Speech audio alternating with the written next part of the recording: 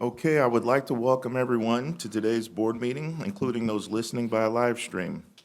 It is great to be visiting the UMSL campus today. To begin our meeting today, I would like to ask Curator Hobrock to lead us in the Pledge of Allegiance. We all stand, please.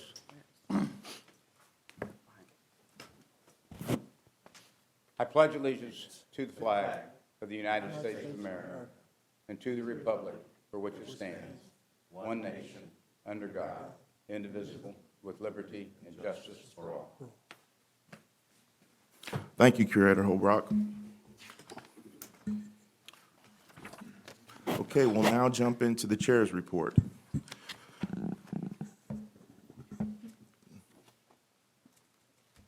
Okay, good morning, and thank you for joining us today for today's board meeting. Thank you to Chancellor Sobolik and the UMSL team for their hospitality on campus. I enjoyed the conversation at dinner last night, and I really look forward to meeting with students today during lunch today to hear about their time here at UMSL. During my chair reports this year, I've really enjoyed sharing research accomplishments from all 4 universities. Highlighting the accomplishments of our researchers serves as a simple reminder and representation of all of the work happening on our campuses. Their research has longstanding impact on our students and their success, which supports research excellence. Like I've done all year, I'll now share an example of outstanding research from each of our campuses. From here at UMSL, we have Dr. Got it, thanks, man. From here at UMSL, we have Dr. Adriano Udani. Dr. Udani is an associate professor of political science and director of the Public Policy Administration program. Adriano also serves as the research advisor for the Community Innovation and Action Center. He earned his MPA from Syracuse University and his PhD from the University of Minnesota. He specializes in the study of political attitudes towards immigrant groups and policy decisions that affect immigrant treatment in the United States. He was recently selected as an inaugural cohort member of the American Political Science Association's Institute for Civically Engaged Research. His current work utilizes community-based and participatory methods with immigrant service providers, attorneys, and a group of Mexican and Central American asylum seekers to abolish detention of all forms. His work has been funded by the CDC, NSF Planning Grant, and the Tier 3 System Strategic Investment Awards. From Mizzou, I want to recognize Dr. Pawan Singh. He is an assistant professor of ophthalmology in the MU School of Medicine. Dr. Singh earned his master's degree from Nagpur University in India and his PhD from Jawaharlal University in India. His lab studies molecular mechanisms and ways to treat ocular infectious diseases. Dr. Singh was recently awarded nearly $2 million from the National Eye Institute at NIH to investigate the link between the Zika virus and congenital glaucoma and discover new ways to fight the virus. From Missouri S&T, we have Dr. Jenny Liu, professor of materials and pavement engineering. She earned her MS and PhD in civil engineering from Texas A&M University. She is currently an associate editor of ASCE Journal of Materials and Civil Engineering and ASCE Journal of Transportation. Dr. Liu's research focuses on innovative additives and recycled materials such as waste plastic for asphalt. Research has been supported by numerous agencies, including the U.S. Department of Transportation, the Alaska Department of Transportation and Public Facilities, and Center for Environmentally Sustainable Transportation in Cold Climates. And from UMKC, we have Dr. Alex Petrie. She has 17 years of combined experience directing service learning at 2 universities, the University of Missouri, Kansas City, and Rockhurst University. At UMKC, Dr. Petrie currently works with faculty and community partners to design service learning projects that extend classroom-based learning to a real-world context. She is currently working on 5 actively funded research projects focused on learning and access to post-secondary education and career development. These projects are funded by the NSF, U.S. Department of Education, and the Missouri Department of Mental Health. Like each of the examples shared this year, this research shows the depth and breadth of the important work being done at our universities. Our research mission is critical to what we achieve as a university and a strong example of how we best serve the citizens of Missouri. Thank you to all of our researchers making an impact each and every day. 2011 has been a special year with a lot to celebrate across our university system. Since it is the last scheduled meeting of the year, I want to take a few more minutes to share some other key highlights from this year. Here at UMSL, the campus continued to lead its peer institutions by boasting the top first-year retention and six-year graduation rates. UMSL was again named a top 100 performer for social mobility by the U.S. News, which recognizes the university's commitment to graduating students with extreme financial need. UMSL also graduates the most diverse workforce in the state, which is just one reason the university was the only Missouri institution to receive the prestigious Higher Education Excellence in Diversity Award this year. Earlier this month at Mizzou, President Choi, Provost Ramchan, and Vice Chancellor for Research Tom Spencer shared the launch of Mizzou Forward, a $1.5 billion initiative focused on research for the next 10 years. The project will invest in recruitment of new faculty with startup funds, as well as staff in the next 5 to 10 years to support our research efforts across campus. Upgraded scientific facilities and instruments, performance-based salary increases for faculty and staff, and resources to support student academic success, increased graduation rates, and placement outcomes. As this ambitious initiative unfolds, I look forward to tracking the progress and learning more about the outcomes in 2022. At Missouri S&T, the generous gift from June Coomer and her late husband, Fred, has already been yielding big results to elevate S&T, have a broad STEM outreach, and support economic impact in the region and state. Some of the initiatives underway include a new scholarship program, a fellowship program for PhD students, support for researchers and instructors, as well as new endowed chairs and professorships. The funding has also created 4 new centers of excellence at S&T, a College of Innovation, Education, and Economic Development, a Center for STEM Education, support for the Missouri Protoplex, and plans for construction of an innovation lab. And UMKC celebrated the expansion of its medical school in St. Joseph. The school plans to bring 20 students in each year. This partnership with Mosaic Life Care will educate 80 students looking to practice rural medicine in the next 4 years, an area of great need across the state and nation. The students in St. Joe interact with the campus in Kansas City and complete the same curriculum. With an emphasis on rural healthcare experiences and reducing health inequities, the students complete clinical core inpatient rotations at Mosaic, and their programs focus on family medicine, internal medicine, emergency medicine, and psychiatry. Senator Blunt was instrumental in securing the $7 million grant from the Health Resources and Services Administration to start this program. And speaking of Senator Blunt, I would be remiss if I didn't recognize the system-wide celebration of the grand opening of the Roy Blunt Next Gen Precision Health Building. Several years in the making, this milestone event marked the beginning of innovation, collaboration, and momentum that will be felt for generations to come. The board set NextGen as its highest priority in 2018, and we have, since that time, welcomed new faculty to Missouri, landed more research funding, and secured industry partnerships, all of which will reap benefits for our university and the citizens that we serve. I know I can speak for the current and former curators that we all look forward to the many accomplishments that will come from this project to improve the lives of Missourians. Congratulations to each one of the chancellors and each of their leadership teams on what has been a truly remarkable year. With that, I will conclude my report so we can jump into the business of the day. President Choi, I will turn it over to you for the President's report. Thank you. Thank you, Chair Chapman, for sharing all of the exciting developments that occurred in 2021. And I know that that's due to hard work of so many throughout the UM system. So thank you. So as part of my report, let me begin with the COVID status at the 4 universities. And what you see in the table is the COVID case numbers for each of the universities broken down by students, faculty, and staff. And I must say that by relying on medical experts, public health experts, as well as our medical experts throughout the 4 universities and the local region, we have been able to manage COVID and to provide our students with in-person learning and our faculty members with the opportunity to engage with students and to perform their research and scholarship. So I want to share that debt of gratitude with all of those that provided the guidance for us to manage this very successfully through the years.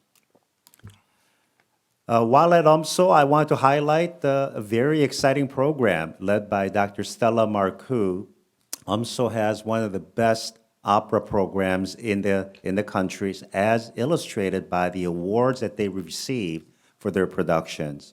And I know that they have performances in March of next year, so I ask all of us to try to see if we're available so we can attend some of those performances here at UMSL.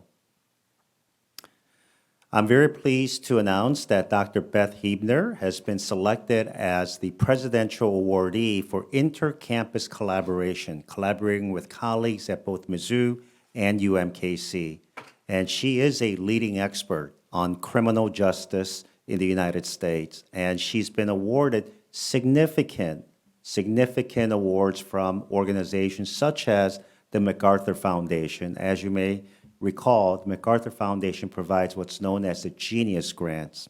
And we're so proud that she is collaborating with so many faculty and students across our system to help improve criminal justice in the United States.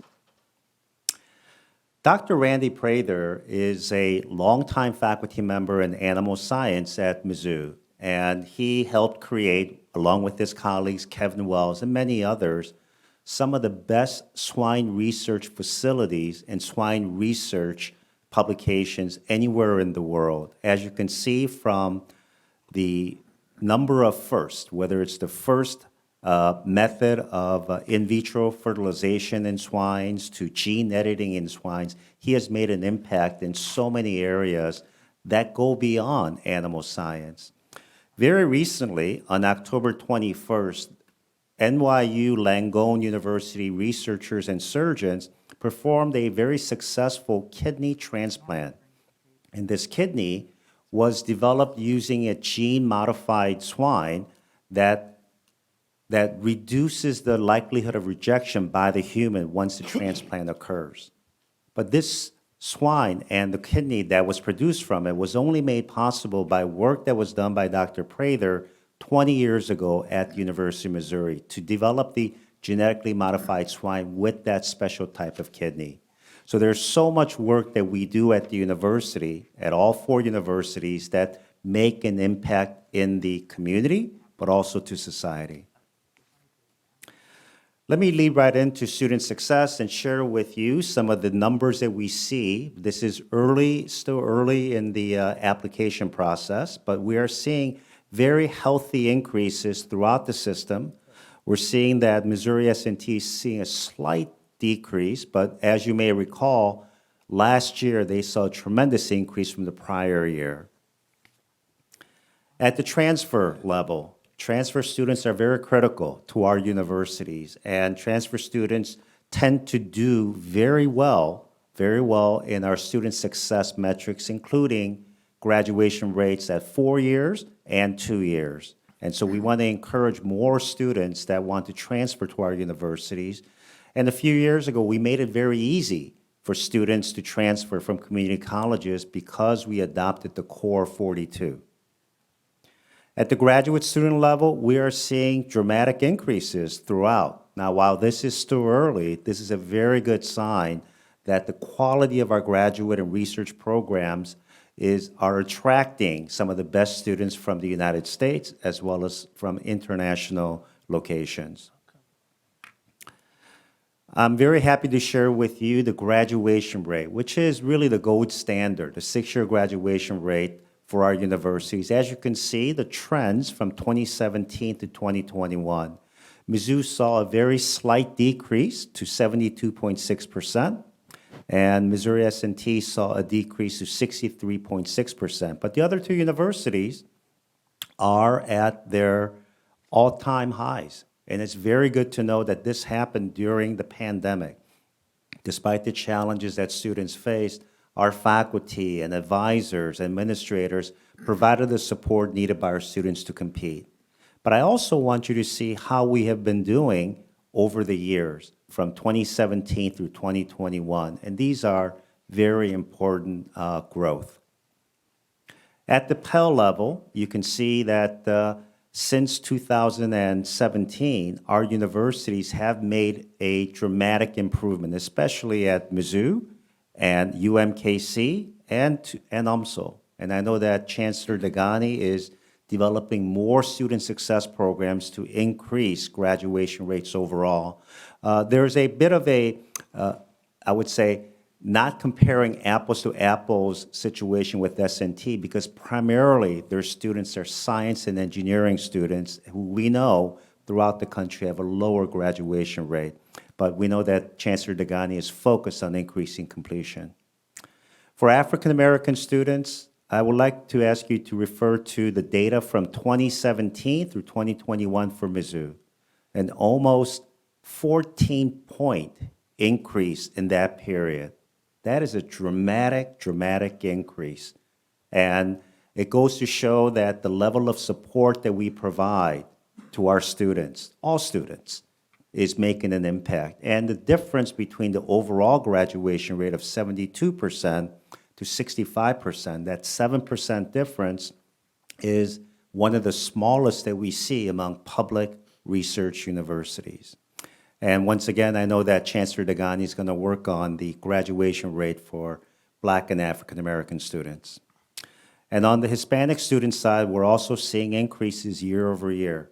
And these are metrics that we measure by the 20th day census of each year. So each fall, this is an active effort for us to determine how we perform, but we use analytics to determine what we can do throughout the year to ensure that we have our students on track to graduate in 4 years, 5 years, and 6 years if they need to. On research and creative works, I'm sharing with you the federal R&D expenditures, really the gold standard at the 4 universities, and I'll give you a chance to see the 4 universities and the combined value, and those are nice increases that we're seeing overall at the system and also at UMKC and S&T. And later today, Chancellor Sobolik is going to be talking about engaged research at UMSL that will help to improve the research performance when it comes to expenditures. On the leading indicators of awards, we're also seeing nice increases at the 3 universities that you see there, and for the UM system. But the most important leading indicator is federal R&D proposals. And as you can see from here, we're seeing very strong improvements at S&T, Mizzou, and year over year for both UMKC and UMSL. But we all agree that we can do more. In fact, in all of our universities, we feel that our performance should be at the level that's about double where we are now. So we have work to do, but I know that we have the investments that are planned and the faculty talent to be able to achieve it. So just a few words about research, and I'm highlighting some major research awards received by our faculty.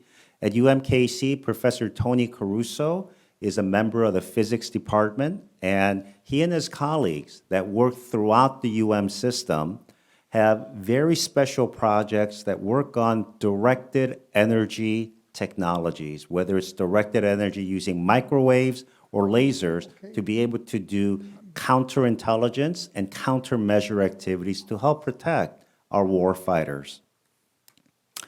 At Mizzou, Professor Rachel Profit is a faculty member in occupational therapy, and she is doing some very creative work to support rural residents using virtual reality and other technologies to be able to determine how older adults with disabilities can still remain in the home and function, and provide them with the level of support that's needed so that they can function in their homes, in their communities.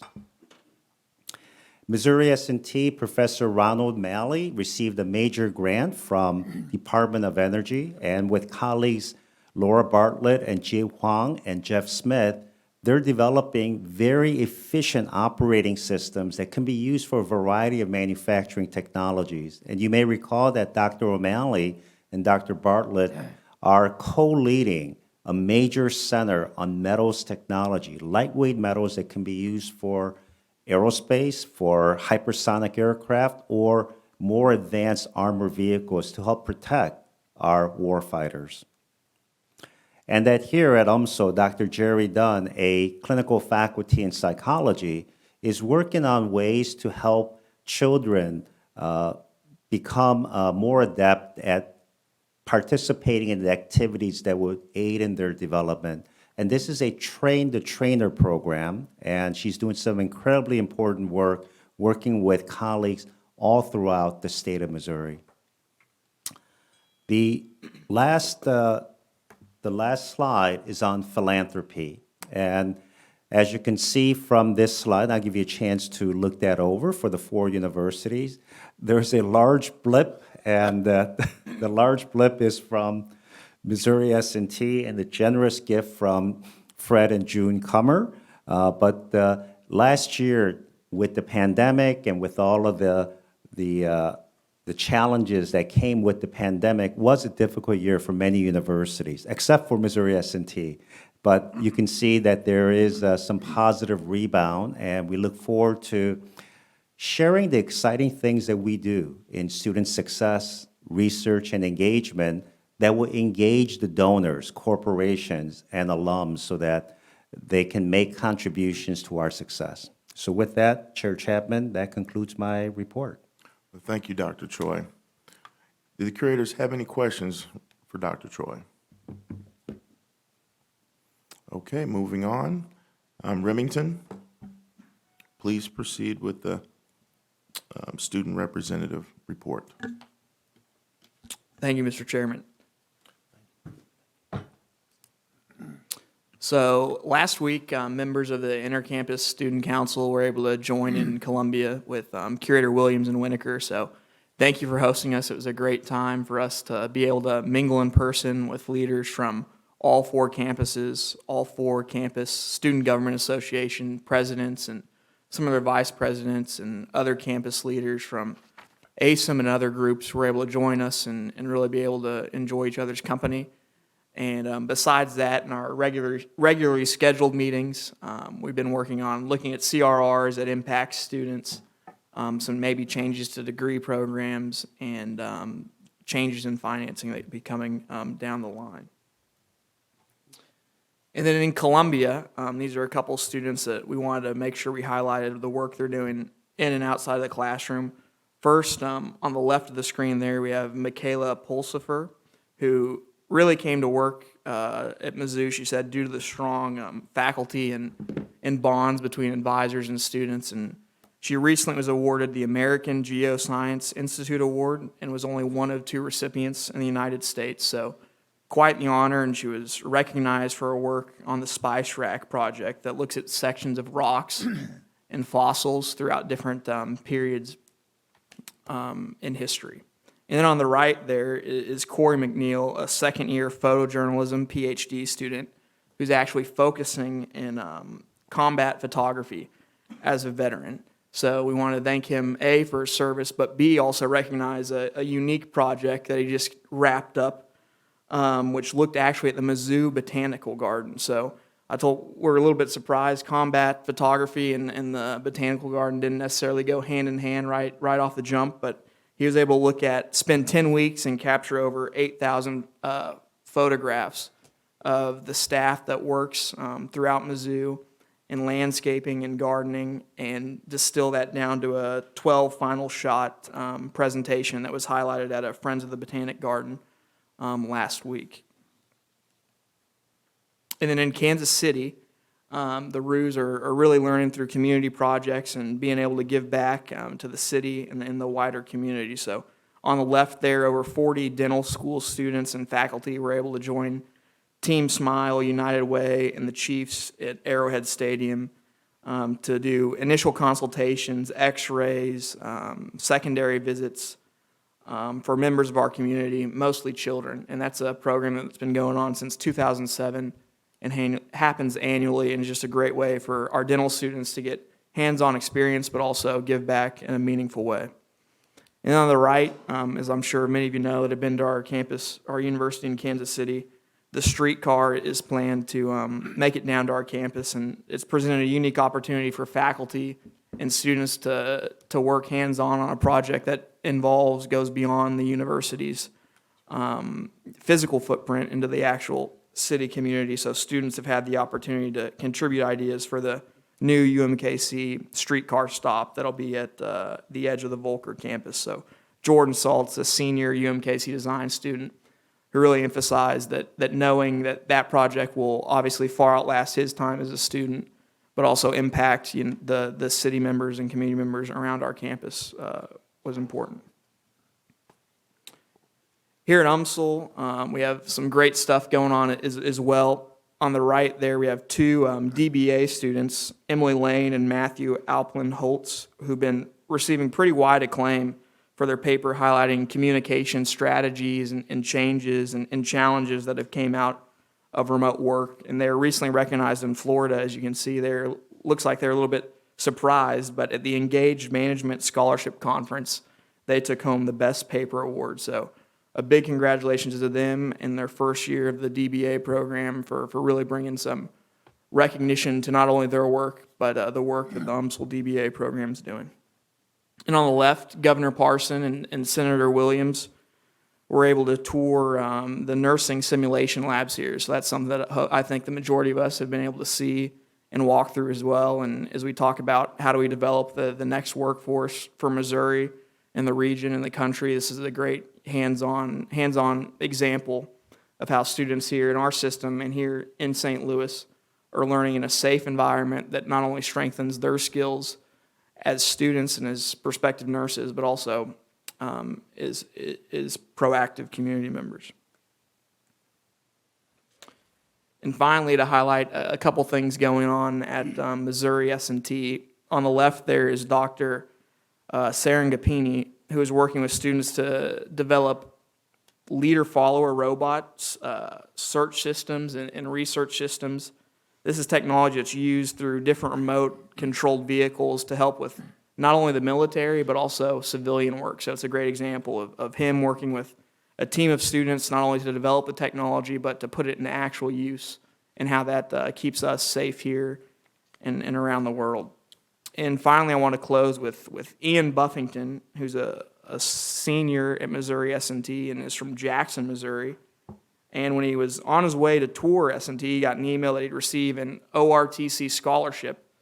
And he was pretty set that he wanted to go in S&T. He wasn't for sure, but that kind of nailed it home. And now, 4 years later, he's one of the 15 finalists around the nation to be recognized as Cadet of the Year.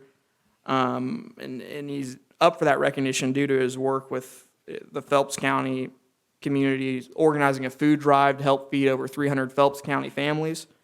Also partly in part due to his perfect 4.0 GPA last semester. So he's definitely a lot smarter than me and I think a couple other people in this room. But he mentioned in his remarks in one of his interviews that he couldn't imagine succeeding here at S&T by himself. So I think that's a great highlight of the support systems that we're all supporting and trying to put in place, and how those are paying dividends not only now, but will continue to pay dividends across our university system, but also across the state and communities that our students go back and inhabit. So thank you. I'll take any questions if anyone has any. Thank you. Good report. Chair Chap. Thank you, Remington, for that report. We always appreciate hearing how our students are doing, and thank you.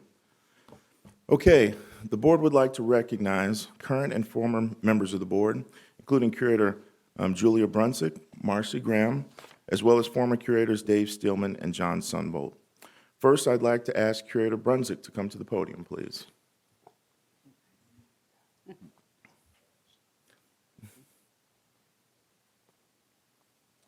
Right.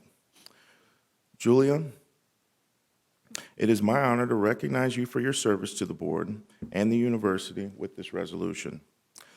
I want to read a couple of statements from this resolution for everyone to hear today, and I quote, Curator Brunswick advocated for the use of data analytics in making university-wide decisions and stressed the importance of operational efficiencies. She encouraged the development of a system-wide compliance program and provided leadership throughout the COVID-19 pandemic during unprecedented times in higher education, the state, and the country. She's also been a great friend to all of us on the board. Thank you, Julia. May I have a motion and a second from the board to approve the resolution recognizing the dedicated service of Curator Julia Brunswick to the university? So moved. Second. All those in favor signify by saying aye. Aye. Any opposition? Come on, Greg. Julia, All right, the motion passes. All right, so Julia, would you like to say a few words? I have been saying goodbye for the past year. So I've probably had all of those words said to each of you. It's been an honor and a privilege, and certainly my grandmother would be proud. Education is the foundation for all forward thinking, and it's such an honor and a privilege to serve. So thank you.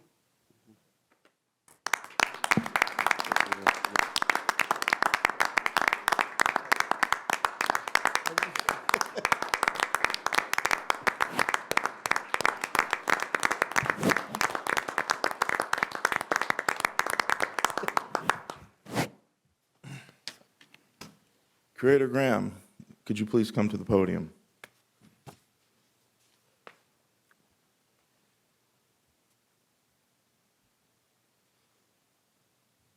All right.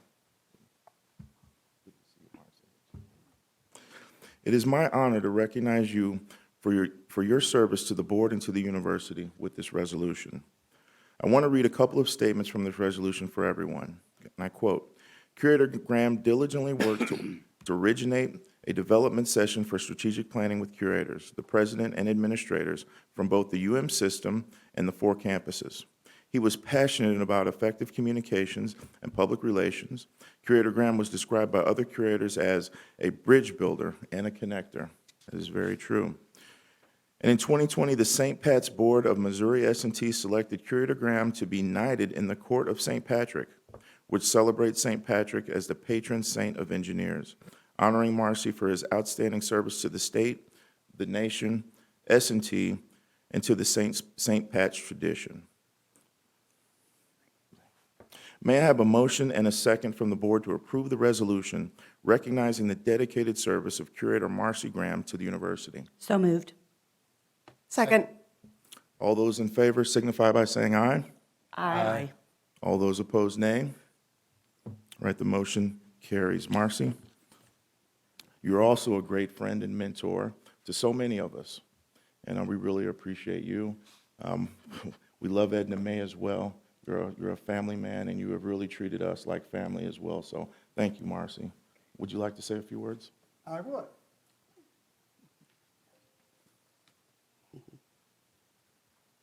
You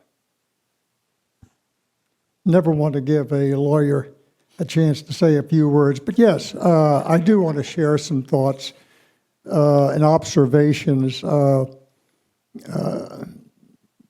First of all, I want to talk about, just briefly, what it means to be a curator. And I know I speak for all of my colleagues when I share how important each of us feel about being in this position. You know, we curators are part of a very unique and special group. The very first curators of the university were appointed in 1839, 182 years ago. Martin Van Buren was the president that year, and there were just 26 states, only 26 states, when our first predecessors took over the job that we carry on now.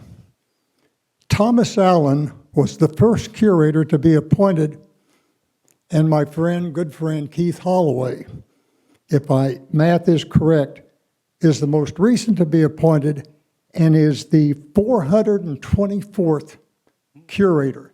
to serve during that 182 years. But when you think about it, 182 years, a little over 400 curators is a pretty small number. So we are a unique group, or part of a very unique group. I'd like to talk just a little bit about and put our heritage in perspective. And I know that what I'm going to say, each of my colleagues on the board agree with, and that is that serving as a curator for the University of Missouri is one of the highest callings any of us have ever received. The work we do as a curator is so important for so many reasons. Certainly, and I've said this before, the quality of a community, the quality of our state, the quality of our nation, and the quality of the world is strongly related to the quality of higher education. It is our job, our continuous job as curators, to make sure we do everything possible to ensure that we provide the absolute best education and research on our 4 campuses. And it is my belief that on each of those campuses, we do a darn good job of it. Being a curator, however, is an evolutionary process. Early on, when you first become a curator, it's a little bit hard to figure out what you should be involved in and what you shouldn't be involved in. And it takes some longer than others to get that answer. But as we move through the curator process, we soon learn that when we work together as a group, and this group of curators does that, when we work together as a group, collaboratively, all 9 of us, we do better work than if we don't work collaboratively. And when we gain that experience, we're in a better position to help our leaders, our chancellors, and our great faculty, and certainly the students achieve what we want in this great mission we have as a curators.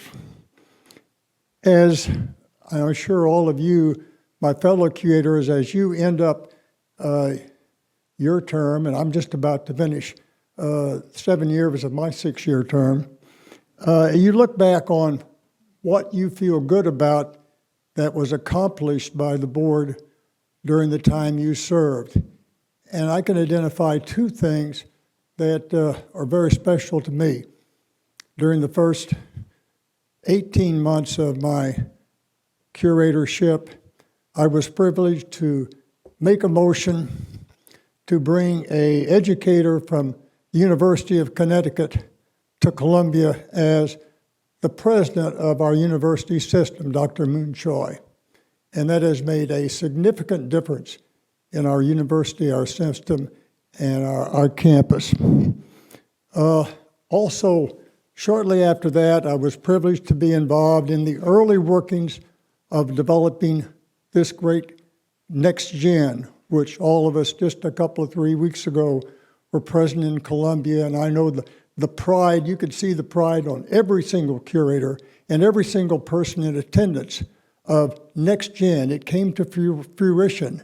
And it is a game changer. It's going to be a game changer for not just our campuses, but for the state and the nation, where innovative research will do things that we can't even imagine can be done.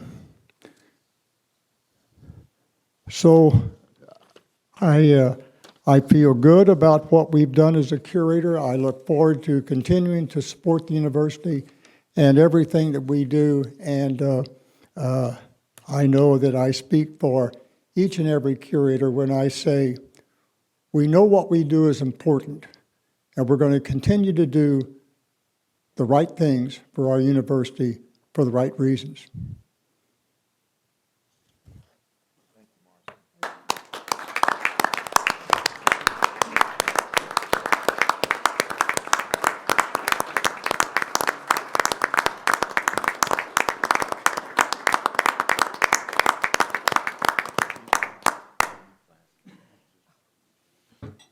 Thank you, Marcy. And every now and then, Marcy will give me a call and give me some wisdom that, as I always, when I think about it, I say, man, you know, Marcy was right about that. And that's happened so many times. And we really appreciate you, Marcy. Our next resolution this morning is for former curator David Steelman. Unfortunately, David could not be with us this morning. However, we want to go ahead and recognize him for his service to the board. So I'll read a little portion from his resolution, and I quote, David, while serving as chair of the Finance Committee, advocated for strong financial and capital planning processes, which are still in place today. He encouraged outside-the-box thinking to strengthen the university. As an example, he advocated for the expansion and promotion of e-learning, and David supported the 2019 Next Gen Precision Health Initiative as a top priority to advance research and benefit all Missourians. End quote. May I have a motion and a second from the board to approve the resolution recognizing the dedicated service of David Steelman to the university?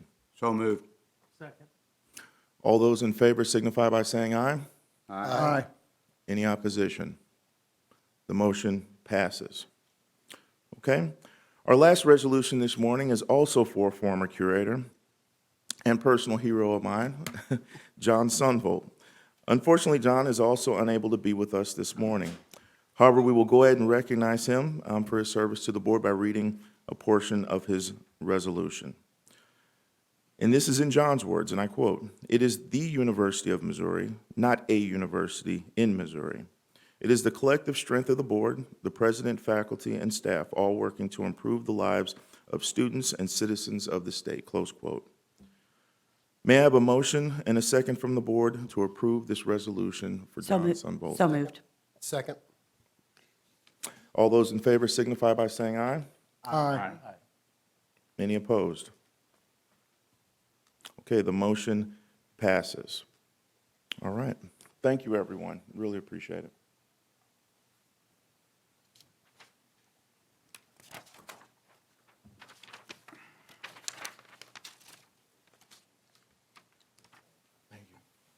We'll now move on to the consent agenda.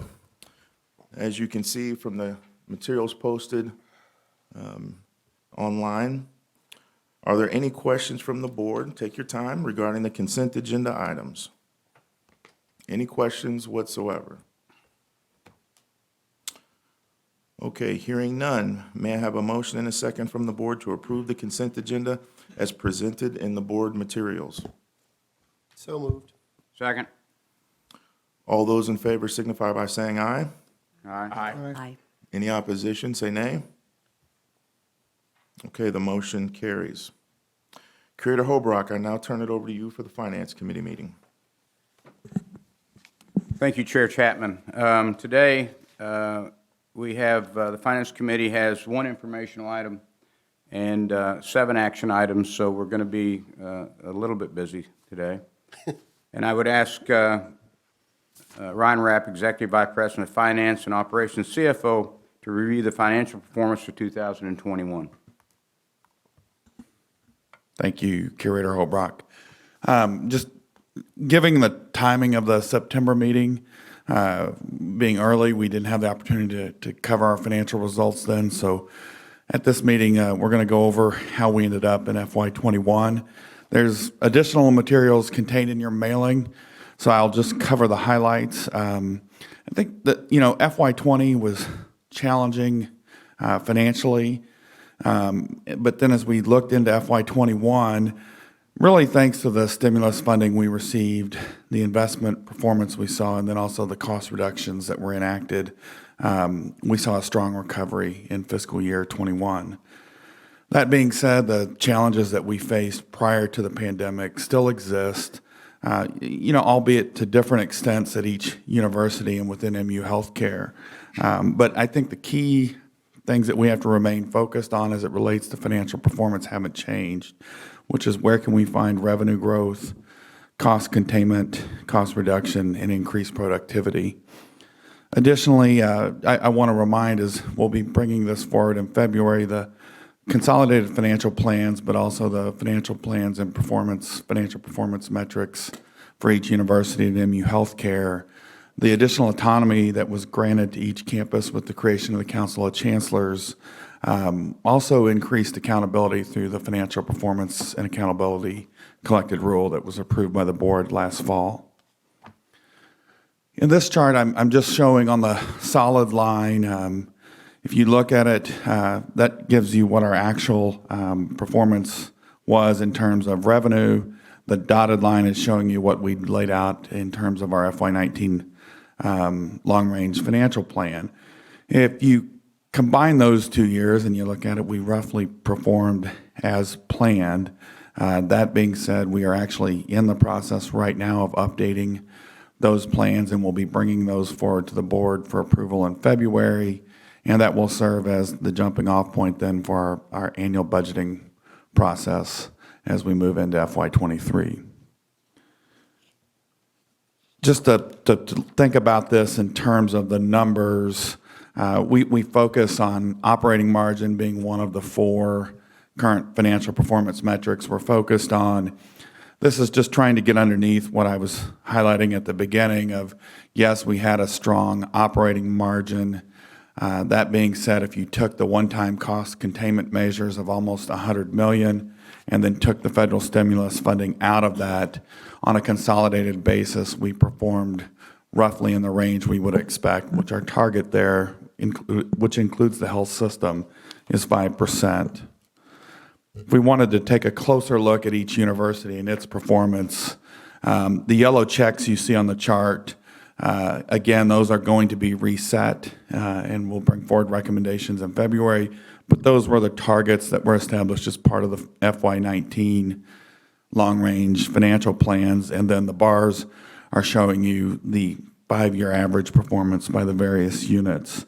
If you're trying to understand how the consolidated total relates to MU and MU Healthcare, and if you're trying to put it all together and say it doesn't seem quite right, the consolidated performance also includes the liabilities related to our retirement and post-retirement medical benefits, and then any changes that are related to those that actually flow through the income statement.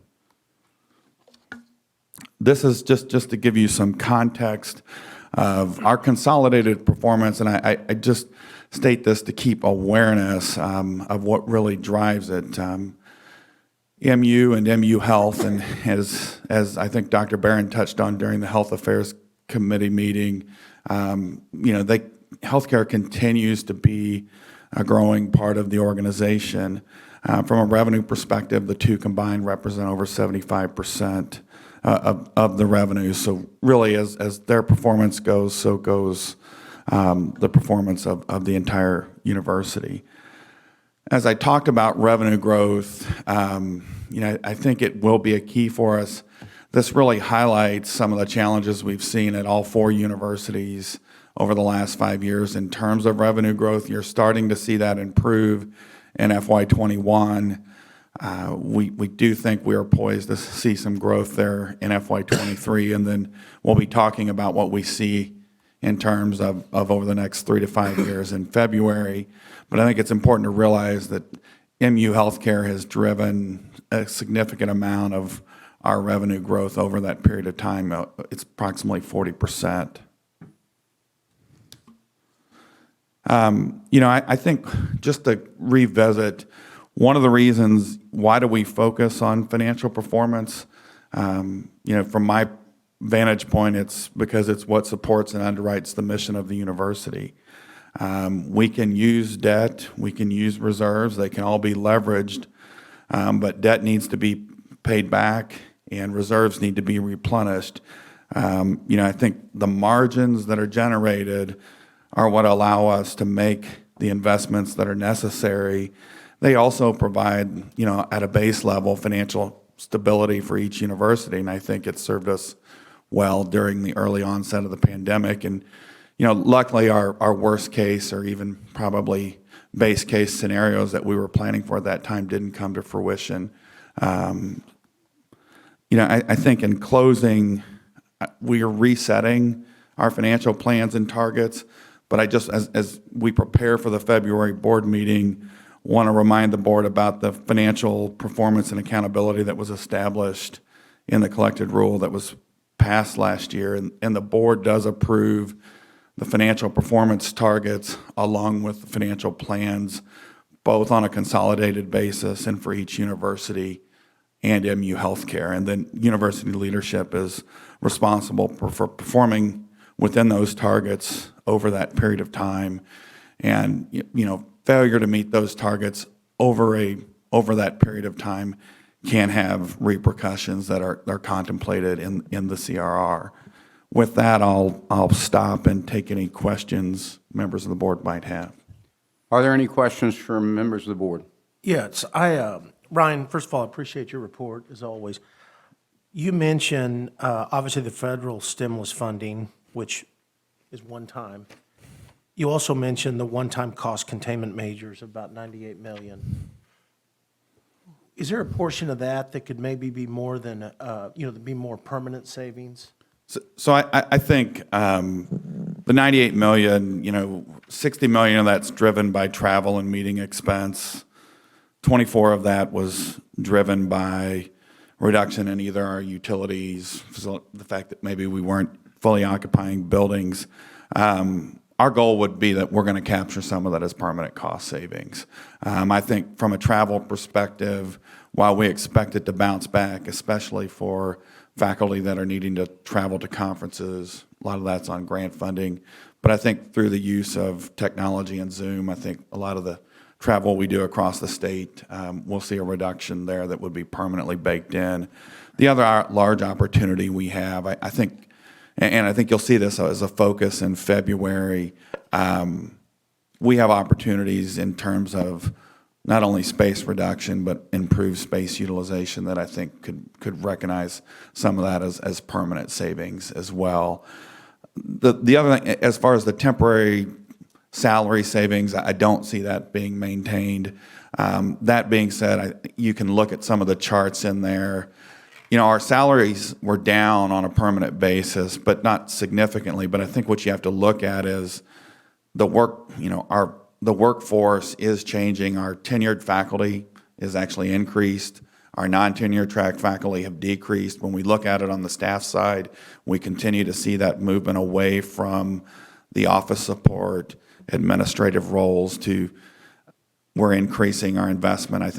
Last year, we saw a large increase in terms of our IT staff, and I think that was largely related to the move online. So it lines up with the plans we put forward. But yes, our goal would be to capture some of that as permanent cost savings. Thank you. Are there any other questions from either the board and/or the committee? Ryan, I'm not letting you off that easy. I want to back up the slide you have up a minute ago about the performance of 11.5%. Yeah, there we go.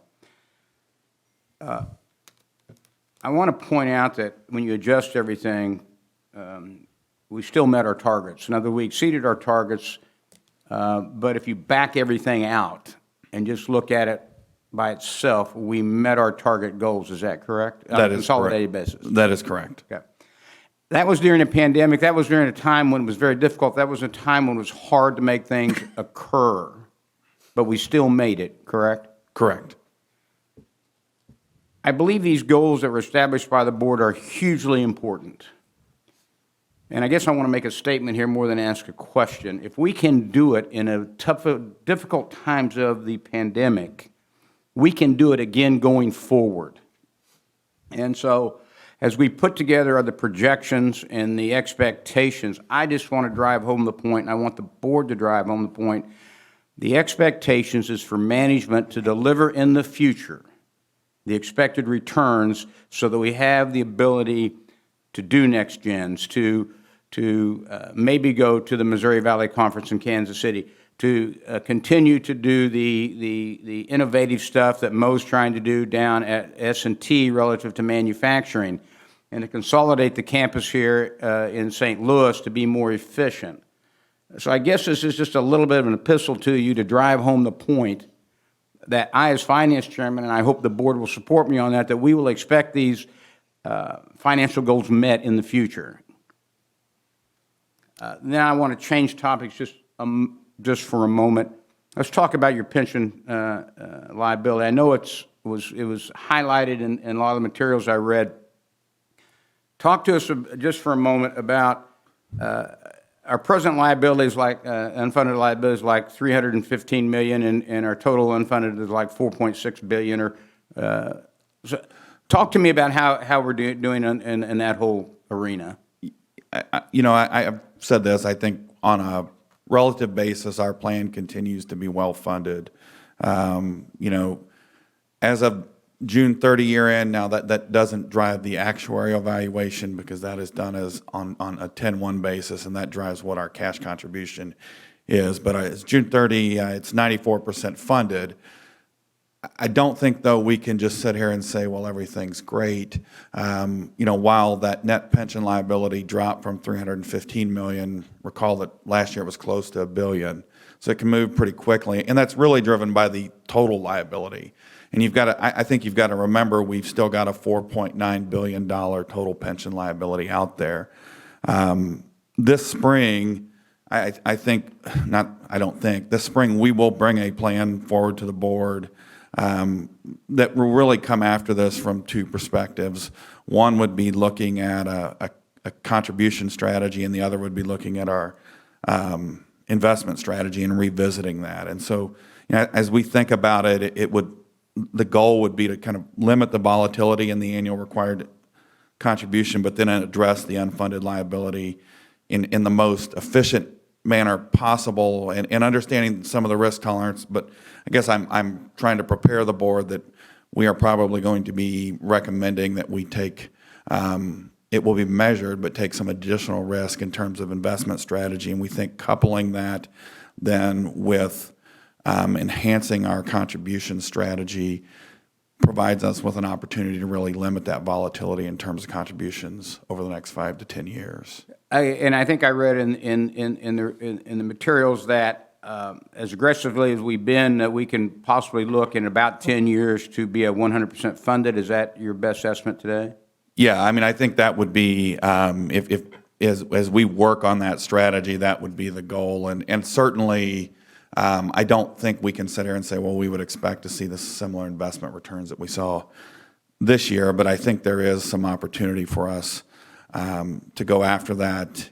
We will discuss that this spring, and then the board has to approve those assumptions at the June meeting. So there's a lot of work that we still have to do. We have been talking with some other retirement plans. In particular, we've been looking closely at the state of Indiana and how they've managed their pension plan. So we'll have more to come on that topic. Well, as you well know, but the rest of the board may not know, I've been questioning you at length about our abilities to make these contributions and then the effects it's having on the operations. So just to expound on the private conversations you and I have had on this topic, it's my understanding, beside our standard contributions that we're making to cover our current employees and our defined benefit program, that we are putting in another $80 million a year. Is that correct, to start making up this unfunded liability? That's what we put in. That was correct for the previous valuation. I'll get you the exact number. I think it's a little lower. I think it's probably around 65 currently. But as we approach that 100% funding level, that additional $65 million would be available to the universities in operational cash in the future? If we reach the 100%, if we reach that, yeah. Yeah, okay. And I think that's part of what we are contemplating is holding our contributions constant, which would be actually above our annual required contribution Correct. For a period of time, coupling that with taking a more aggressive investment strategy. But we will have that as an informational item in the spring, and then again would bring it forward to the board for approval. And when you do that in the spring, I would hope you would bring in possibly some options that would give us an opportunity to look at increasing our operational revenues by accepting either a longer pay down on that unfunded vested liability. I know you and I have had this conversation numerous times, and I know all the worries, but I do want to have this conversation with the full board at some point. Yes, that will be part of the actuarial assumptions. We're currently on a 30-year closed amortization of that unfunded liability. I believe we're either in year 24 or year 23 of that. So if you think about that, every year, if we don't, for the years we don't perform, that just adds to that liability. It gets amortized, over a 24 or 23-year period. One of the things we could contemplate doing is we could continue to keep that closed, and we could say then, we're going to reset this to 30 years for new additions to the unfunded liability. Additionally, we could go further than that and contemplate just saying, we're going to just remortgage this and reset it at 30 years. We'll have all of those things ready at the meeting. My goal here was just to get the board aware that this is coming and something to think about, and it's going to have a huge impact on the operational budgets of the future, one way or the other. So, okay. Greg, I Brian, have what percent, I'm sorry, Todd. Go ahead. What percent are we funded right now? We are at 93, 94%. That's pretty strong, don't you think? Yeah, we haven't, we were there prior. I could send you the history on it. I think we were there right after kind of the financial crisis, and that's because of the actuarial smoothing. So, yeah, again, we are a relatively well-funded pension plan. Have we considered as one of the methods to close the gap offering buyouts to people of the pension plan?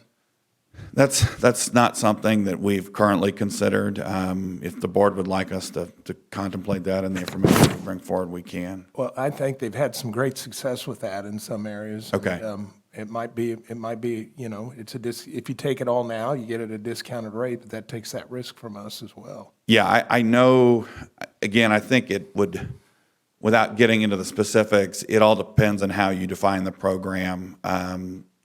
I believe we did that in the early 2000s, and I could show that to the board, and that was actually quite expensive for us over the long run. So I think, again, it would be looking at what we could do in that space, but we're happy to bring that information back. Well, yeah, I would think there'd be a percentage of our folks who are in this plan that would be willing to take a discount that would be beneficial to the university for their own reasons to have their own money to manage. Yeah. I agree with that. I think that's something we should at least consider. Absolutely. Are there any other questions on the financial? Thank you, Ryan. I appreciate your time and your energy. The next item up is this is an action item, the first of our 7 action items. The 2021 Campus Master Plan for the University of Missouri St. Louis. Executive Vice President Rapp will introduce the 2021 University of Missouri St. Louis Campus Master Plan, and Chancellor Slobeck will make the presentation and be available to answer questions. Ryan. Thank you, Curator Holbrook. Just briefly, as part of the capital planning process, every 5 years, the campuses present a master plan to be approved by the curators. You've, at our last 2 previous meetings, UMKC and Missouri S&T have done this. Just remember this as a long-term planning document that really builds on the university's strategic plan. And with that, I'll let Chancellor Slobeck go through the plan she has prepared.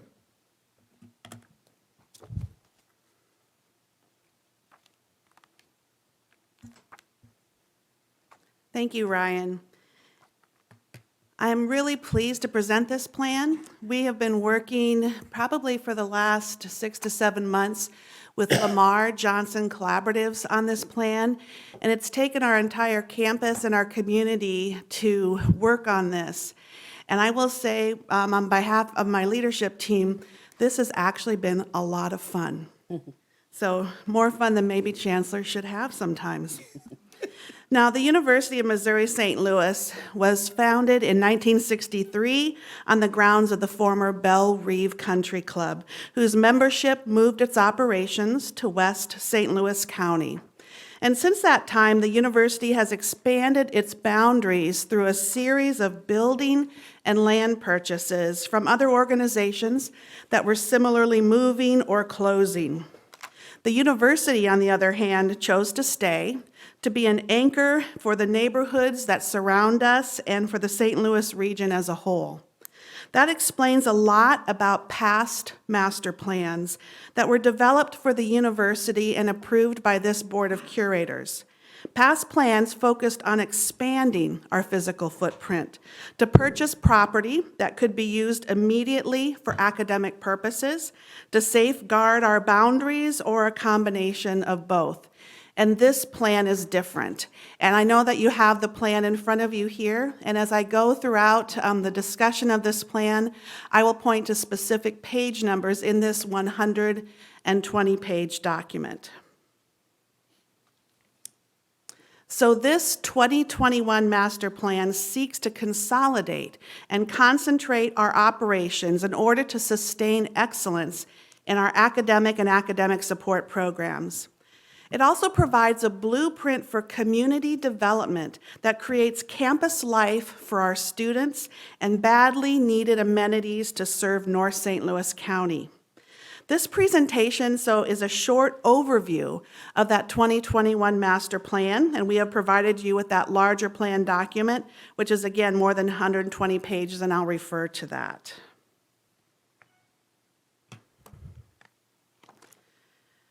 So talking about UMSL, or the context in the community, that starts on page 44 of the plan in front of you. The University of Missouri St. Louis is located in North St. Louis County with nearly 2.5 million people living within a 25-mile radius of the campus. UMSL sits near the intersection of Interstate 70 and Interstate 170 and has 2 Metrolink stops. One on North Campus, which is just right behind us here, and one on South Campus, and serves as a transfer station for the Metro bus system. That makes the university easily accessible to residents in our major population centers, such as St. Charles County, St. Louis County, and St. Louis City. There are 12 municipalities that touch or are within 1 mile of the campus, including Normandy, Bellerive Acres, Belnor, and Greendale, which are the cities with which we have the most contact. We also have strong connections to the St. Louis County Council and St. Louis County Executive.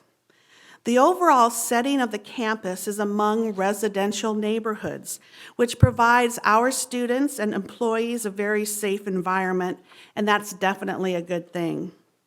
It also means that we lack immediate community amenities, such as healthcare, restaurants, grocery, and retail outlets. This is an area of need for our students and for our neighbors. It's something that I will address later in the presentation. The Where We Are Now section starts on page 16 of the plan. The university has 86 buildings spread across 460 acres on its north and south campuses. The buildings and properties were purchased over the past 50-plus years, and most of these buildings were not originally built for educational purposes. And in fact, as a reminder, everything on our North Campus, which we sit here now, used to be a country club. So all the buildings on the North Campus are since the inception of the university, whereas the South Campus reflect many older buildings. And they are not, certainly, the older ones are not up to current standards for educational excellence. Our situation today is that the university has too many outdated, sparsely populated facilities located across an area larger than optimum for a university campus population of our size. The academic colleges are colored in red. As you can see, they are spread out across the landscape. The housing and residences are in yellow on the north and south edges of our campus. And the student life and services are clustered in blue, right in the center on the North Campus.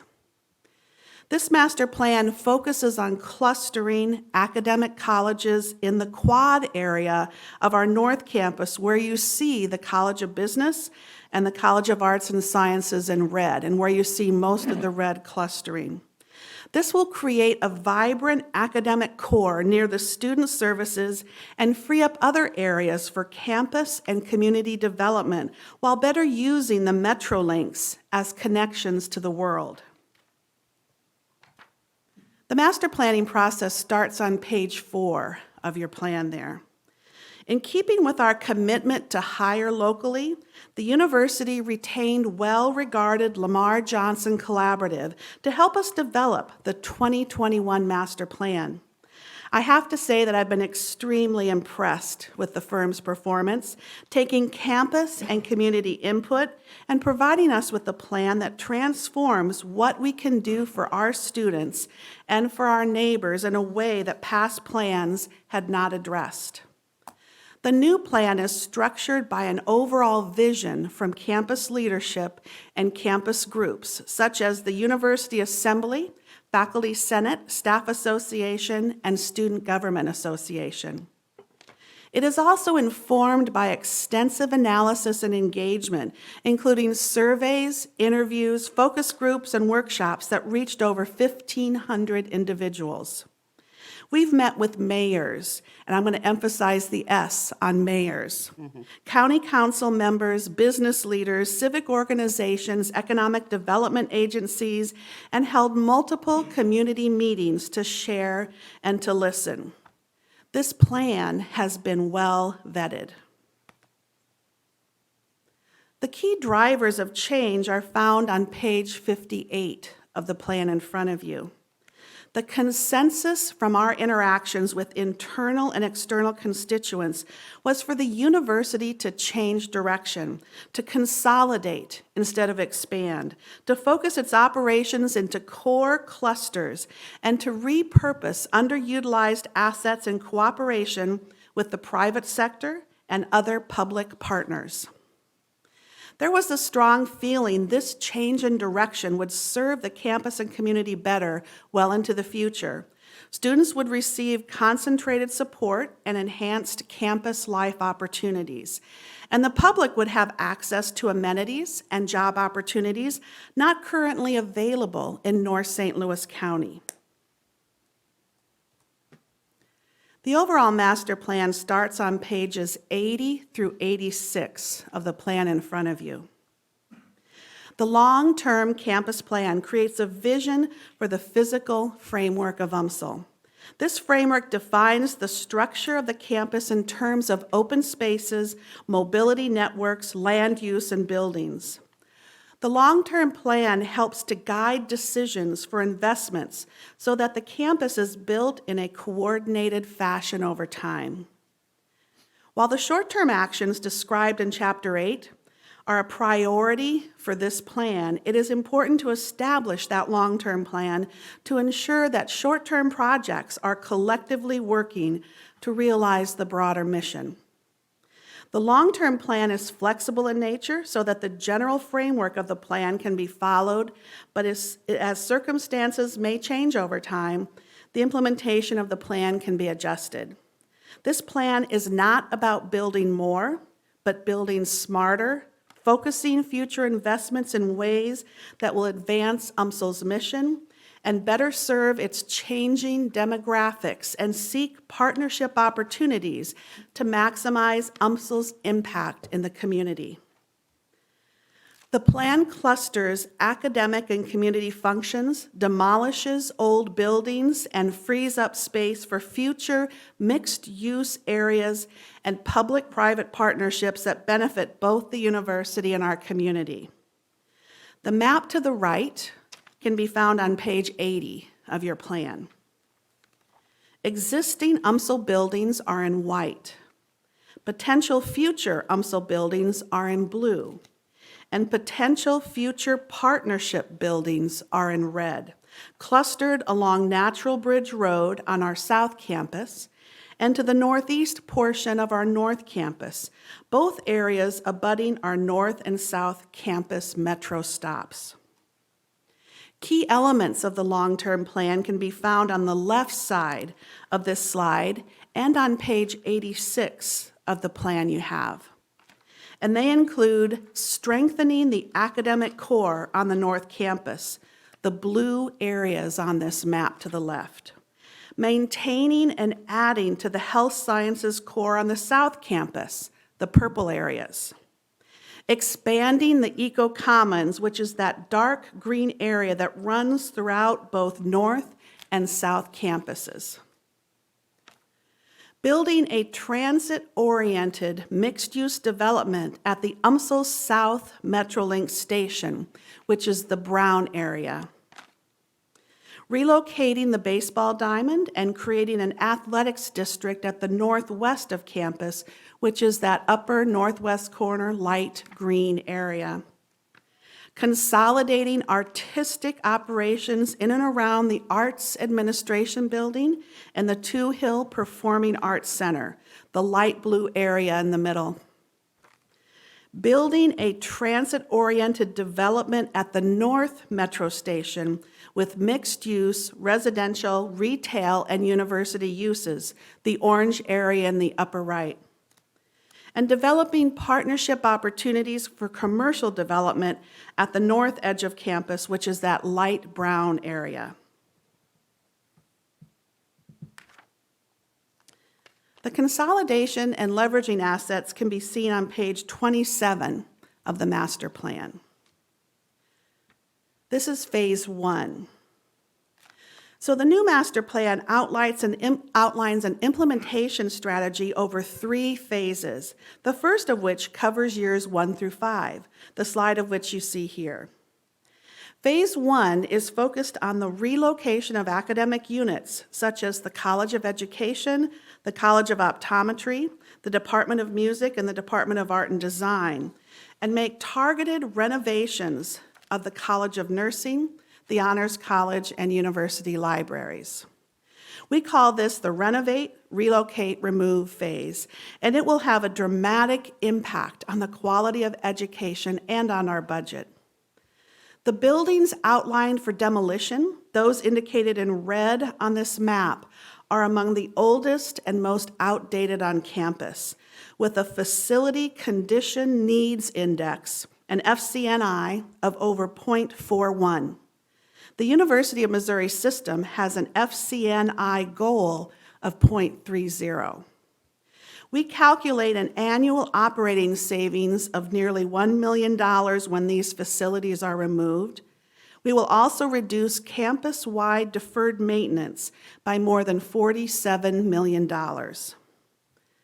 The affected units have been working with designers on renovation plans and are quite excited by the possibility of relocating to the North Campus in facilities better suited for their academic programs. They also look forward to the energy and synergy that will be created by the concentration of students and facilities. This slide 8, the North St. Louis County Business and Workforce District, starts on page 104 of the plan in front of you. North St. Louis County is a diverse region of 365,000 residents and 45 municipalities that has struggled with disinvestment, underemployment, and population stagnation for decades. The University of Missouri St. Louis is working with area businesses and elected officials on an ambitious plan to create a 35-acre business and workforce district along the Natural Bridge Road corridor and anchored around the UMSL South Metrolink station. Located on property made available through our academic relocations, this development will include mixed-use commercial, residential space, including innovation hubs, apartments, condominiums, restaurants, grocery, and offices. This project supports the university's core mission of generating an educated workforce, enhancing economic development, supporting broad-based service delivery, and facilitating neighborhood renewal to foster inclusive prosperity. The benefits to the campus and community are immense, including creating a vibrant campus to attract and retain outstanding students, improving the quality of life in North St. Louis County and beyond, increasing the number of high-paying, in-demand jobs, enhancing workforce training and development opportunities, and building local and state tax revenue. As you can imagine, our students and community are extremely excited by the possibilities of this district, and so am I. So that ends my summary presentation of our 2021 master plan. I'm happy to field questions and feedback. And the university's Executive Director of Facilities Management, Daryl Ives, is here as well to help me handle your questions. Daryl has done a wonderful job overseeing this process and working directly with Lamar Johnson Collaborative on this process. Thank you. Are there any questions from the committee and/or the board relative to the presentation you just saw?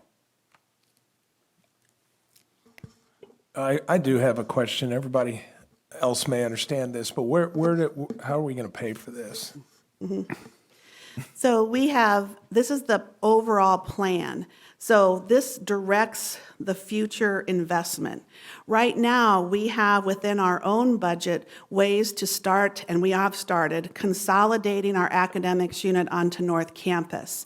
And then also built within the request that we have to the state for the ARPA funding that includes a match from the campus, that would include using and working toward phase 1 of the plan.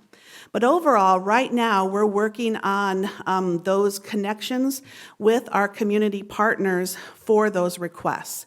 So having phase 1 moving forward right now within our budget, hopefully expanded with ARPA funding, will move us in that direction.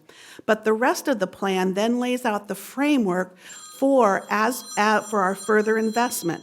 For as we expand our campus and as we demolish different buildings and as we create opportunities in public-private partnerships, we know where they need to go and how we need to talk about those.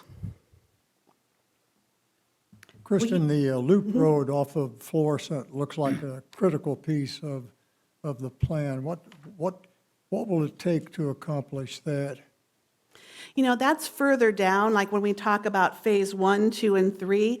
Right now, though, that is open space. And so that is involved talking with partners that may want to come and use our space that will fit within the mission of what we would like to see also as a university. So that's a further, I would think that would be more like in phase 2 or phase 3.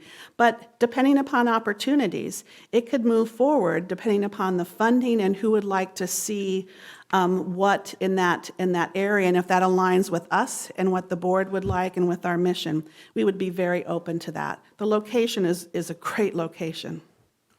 Kristen? Just to follow up on Todd's question, what is the total cost of, if you were to execute as you planned here, what is the total cost associated with that? The total cost of phase 1, so right now we are requesting, as we talked about our ARPA funding request to the state, we're requesting $100 million from education, but we're also working with our legislators in the county, and they are putting forward a separate ask as well. So we have that priced out. It would be probably about $150 to $200 million for everything to take place. Okay, thank you. I just have a timeline question. You said relocate, repurpose, and what was the other word? Renovate. Renovate, Okay, thank you. So when you're talking about consolidating, to be able to consolidate from the South Campus to the North Campus, you can do that now, or you need to have a new construction project in the midst of that to finish that consolidation? No, we can do that now, and in fact, we're in the process of that. We've already moved social work, for example, onto our North Campus, and we've demolished Belle Reve Hall. Right now, we're in the process of plans to consolidate our College of Education and our Department of Music onto North Campus. So we're in the process of that because, again, these discussions all fit, these phase 1 fit within our budget. We can move faster and quicker with ARPA funding, and then we're also having discussions on our South Campus for the work for the North St. Louis County Business and Workforce District with our legislators and other community partners. Okay, thank you. One more on the funding. Is there any fundraising component to this, or is it all state appropriation? No, there is fundraising component as well, and in fact, I'll just say right now, within the last month, we put forward $18 million in asks for fundraising for different areas of that plan, without getting into specifics.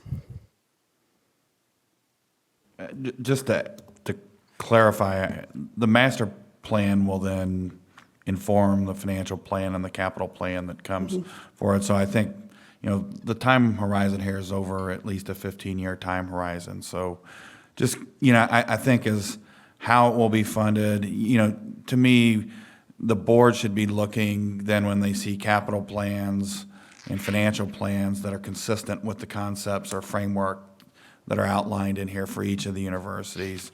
And that's when we really get into, okay, how are we actually going to pay for this? What's the timeline on when we could get these projects done? Exactly, and this is the plan for our future.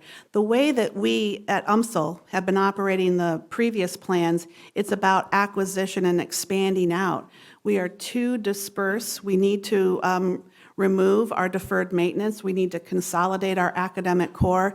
This is the plan that will inform the decisions that we make and the investments that we make and the partnerships that we make for the future. Any other questions for Kristen? If there is no further discussion, I have a motion from the committee and a second from the committee to approve the 2021 University of Missouri St. Louis Campus Master Plan as presented to you. So moved. Second. Todd, I need that from you. Okay, that's right. You're right. Brett's committee level. I'll second it. Thank you very much.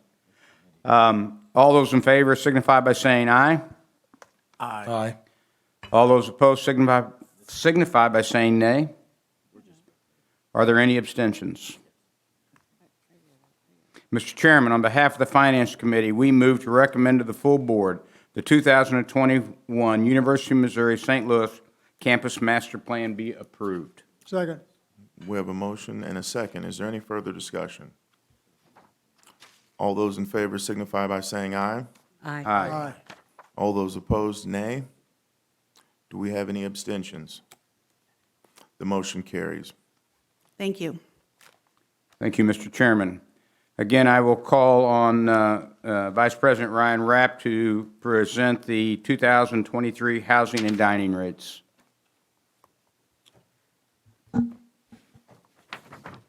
Thank you, Curator Hobrock. Just, I'll present a few slides that summarize what was contained in your mailing materials.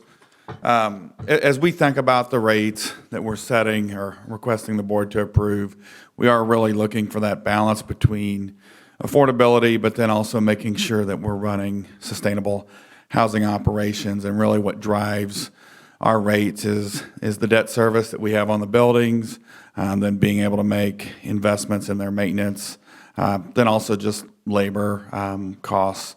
And then for UMSL, UMKC, and S&T, we do have third-party vendors that provide not the res hall component, but the dining component.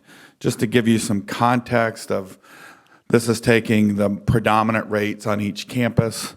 I think while MU is requesting a 6% increase, there was an intentional strategy really as we were working on recovering enrollment and addressing enrollment challenges to lower those rates. As we've emerged from those challenges, we need to start trending those rates back up to be really more in line with what I outlined and also with the other campuses. I think that coupled with expense management will ensure that the operations at MU continue to be sustainable into the future. Just on this page, there's detail contained in your materials, but this is giving you a summary of what's being proposed, and you can see the predominant plan at MU is proposed to increase by 6%. We still have a range in terms of the high and low that is available to students. UMKC, we're at 2.2%, 3.3% at Missouri S&T, and 3% at UMSL. With that, this again is contained in your materials along with a pro forma for the housing and dining operations at each of the campuses as we look forward. Ryan, yeah. a quick question. Can you go back to that slide? Yeah. The R's and B's there, can you Yeah, explain what that is? Yes, so the R is for housing and the B is for your dining plans or board. Room and board. Okay, thank you. any questions. Does anybody have any questions for Vice President Rapp? Well, Ryan, I do. I know that you didn't put it up here, but in the materials you provided us, when I look at your income statement for each of the campuses, in particular MU, because MU is a place that we self-perform most of our dining, and we don't contract that out. I noticed that I look at your wages and benefits on your income statement.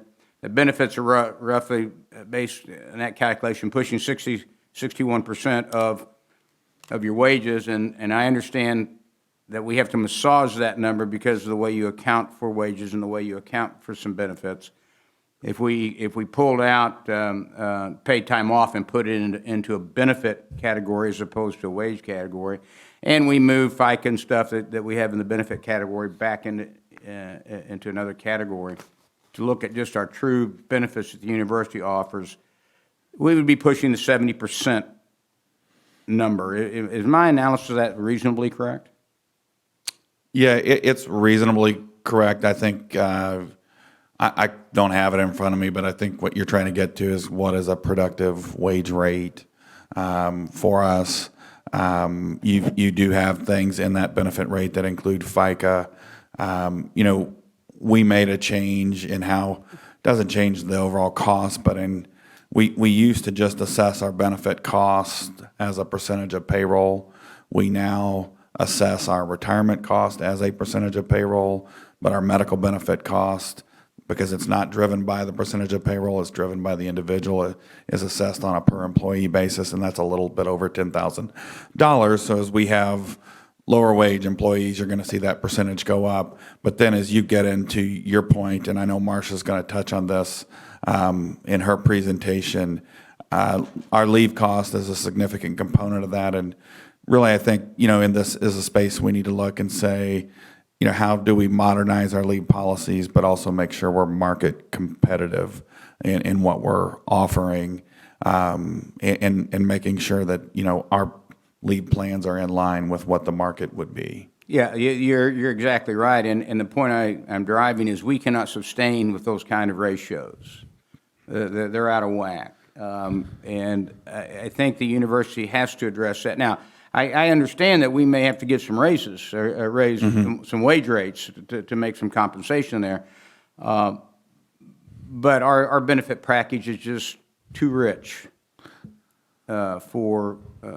I think we need to do the work. I think there are segments of our employee population, so I always use healthcare as an example because it's an easy one to say. It's really a different industry. And we definitely have an opportunity to look at that and say, from a market perspective, is the pay we're offering competitive? To your point, that may need to go up. And then are the benefits too high that we're offering? And that may need to be adjusted. And I think we'll have to be thoughtful in how we look at that, because I'd like to say, well, we're all just in one industry. The reality in a university is that's going to cut across multiple industries. Well, that's the point I'm trying to make. And when you look at the financial statements, the income statements of the other campuses where you're using third parties to provide the dining services, those ratios are, wages to benefits are much more in line with what I'd expect in industry, and I think that has to do with the people you're hiring. Correct. And those sorts of things. So I'd like you to look at that. Secondly, again, your net operating income shows a positive number. So explain to me why that's important on your dining and housing. Yeah. So one is housing and dining is housing is, I think it's either our largest or second largest in terms of we've got a $1.7 billion debt portfolio. We've got a lot of debt on our housing operations. Our target for those housing operations is that their net operating income needs to be 1.5 times their debt service. We have a minimum that we would like to see them at a minimum at 1. As you can see, it's calculated in there. I think MU has a plan to get to 1.5, but coming off some of the enrollment challenges we faced, we ran closer to 1, and then we certainly have work to do at UMKC and UMSL in that space as well. And one of the, just a note at UMKC, I think the Oak Place apartments presented some challenges there as well in terms of our debt service coverage. But that is something that we are heavily involved in, really from a system perspective, and the largest driver of that is because it represents a significant part of our debt portfolio. Yeah, thank you very much for emphasizing that, because if we do not stay on a positive cash basis in those operations, our long-term liability relative to paying down the debt and sustaining buildings in the future goes away. We can't offer it in the future. Yeah, I think that's why it's important, is if all we're able to do is cover the debt service or not with that, we run the risk of, having all of our housing stock on the back end of the maturity of that debt being out of date and then not having the money available to renovate that, and that then hurts the university from a competitive recruitment standpoint.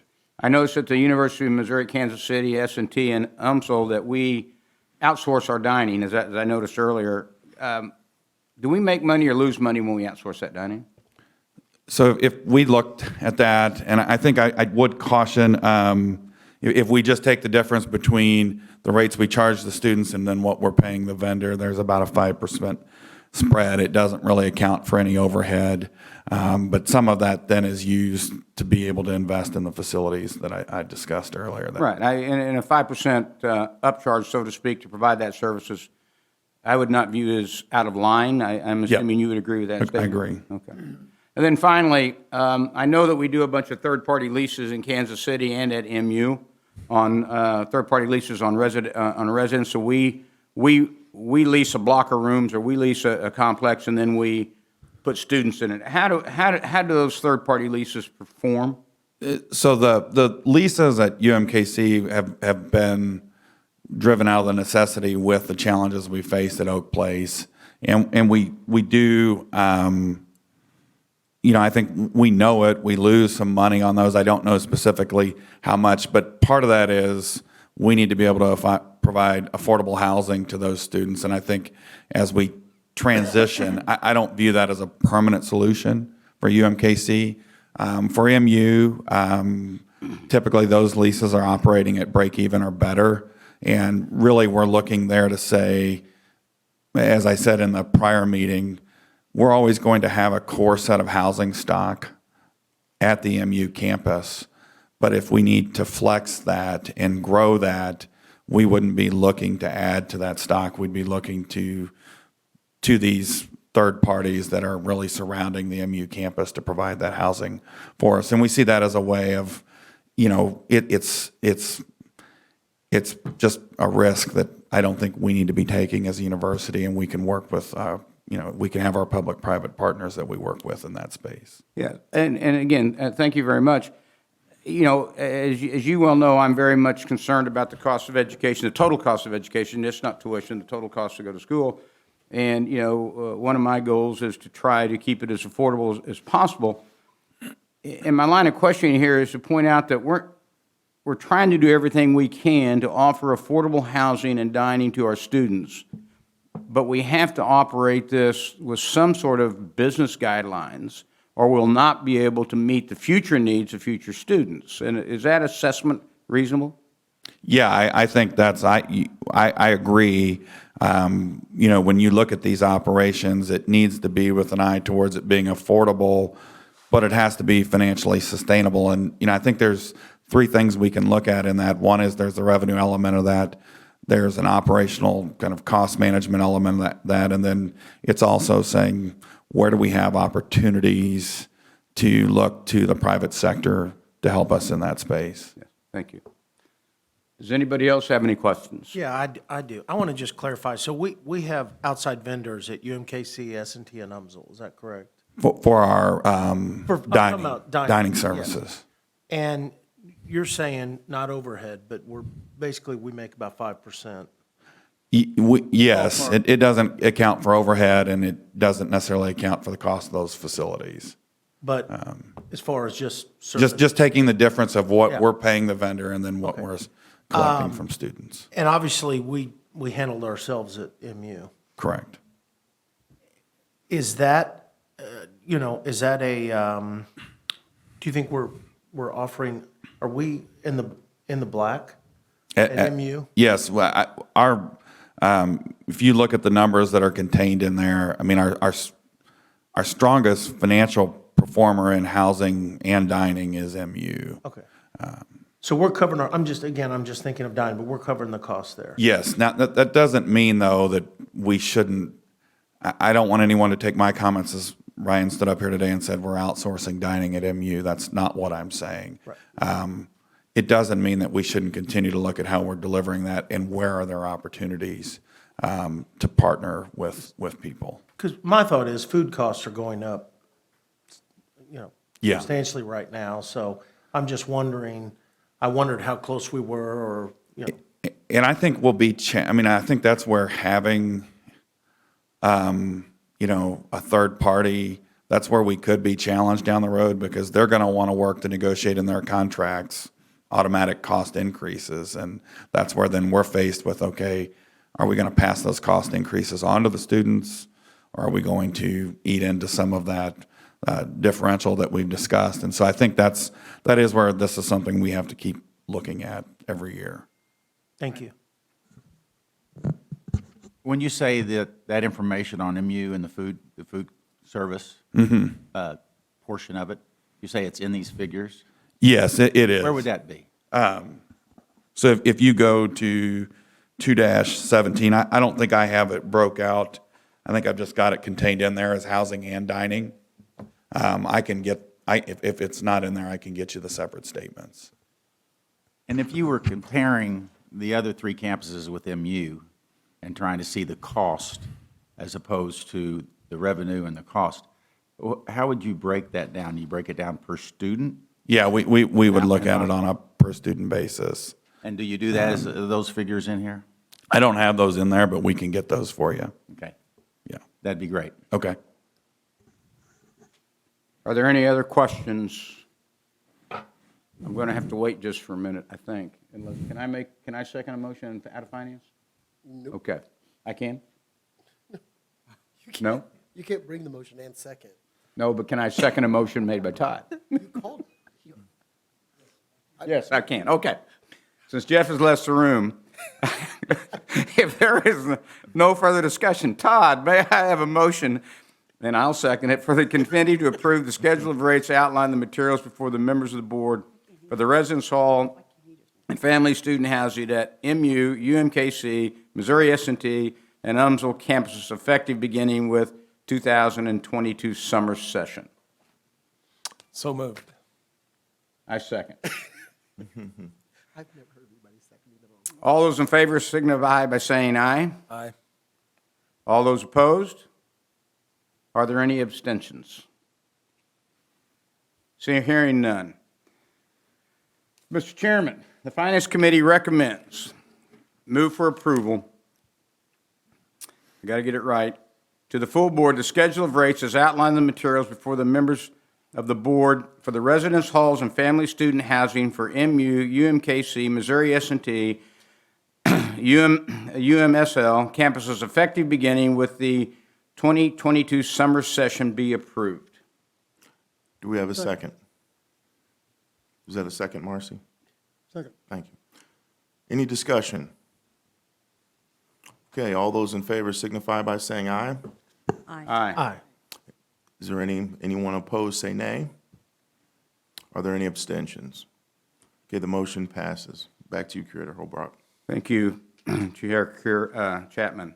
Again, I will call on Executive Vice President Rapp to review the project approval for the Arrival Court, the University of Missouri Science and Technology Campus, and be available to answer questions you may have. Thank you, Curator Holbrook.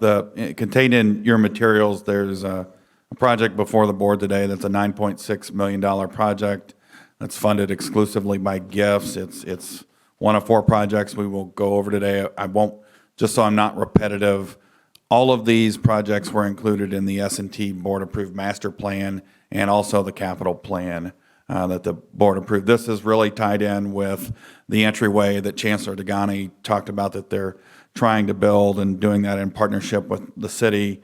It's a key part of the Student Experience Center that they're building, and then also a Future Welcome Center. I'm happy to answer any questions. Are there any questions for the committee, from the committee and/or the board? Well, Ryan, I would tell you I have a bunch, except I spent an afternoon with Mo down on the campus, and my whole list of questions was answered at that point in time, so I have none. Is there any other discussion from the committee? I would like to say that I also visited Mo and his, part of his leadership team. We did a walkthrough of the arrival district and the progress they've made there. I thought his plans are solid.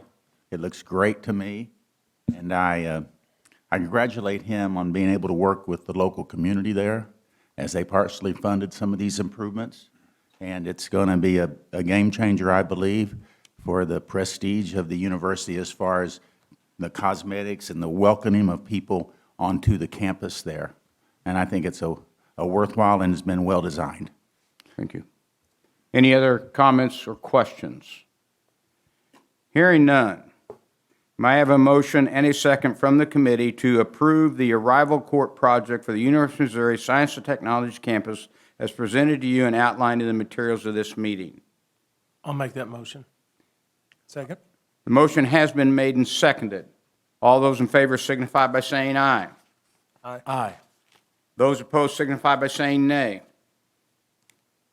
Are there any abstentions? Hearing none, the motion passes. Mr. Chairman, on behalf of the Finance Committee, we move to recommend to the full board the Arrival Court project on the Missouri S&T campus as presented to you and outlined in the materials for this meeting be approved. Do we have a second? Second. Okay, we have a motion and a second. Is there any further discussion? All those in favor signify by saying aye. Aye. All those opposed say nay. Do we have any abstentions? The motion passes. Back Thank you, to Mr. Strick. Chairman.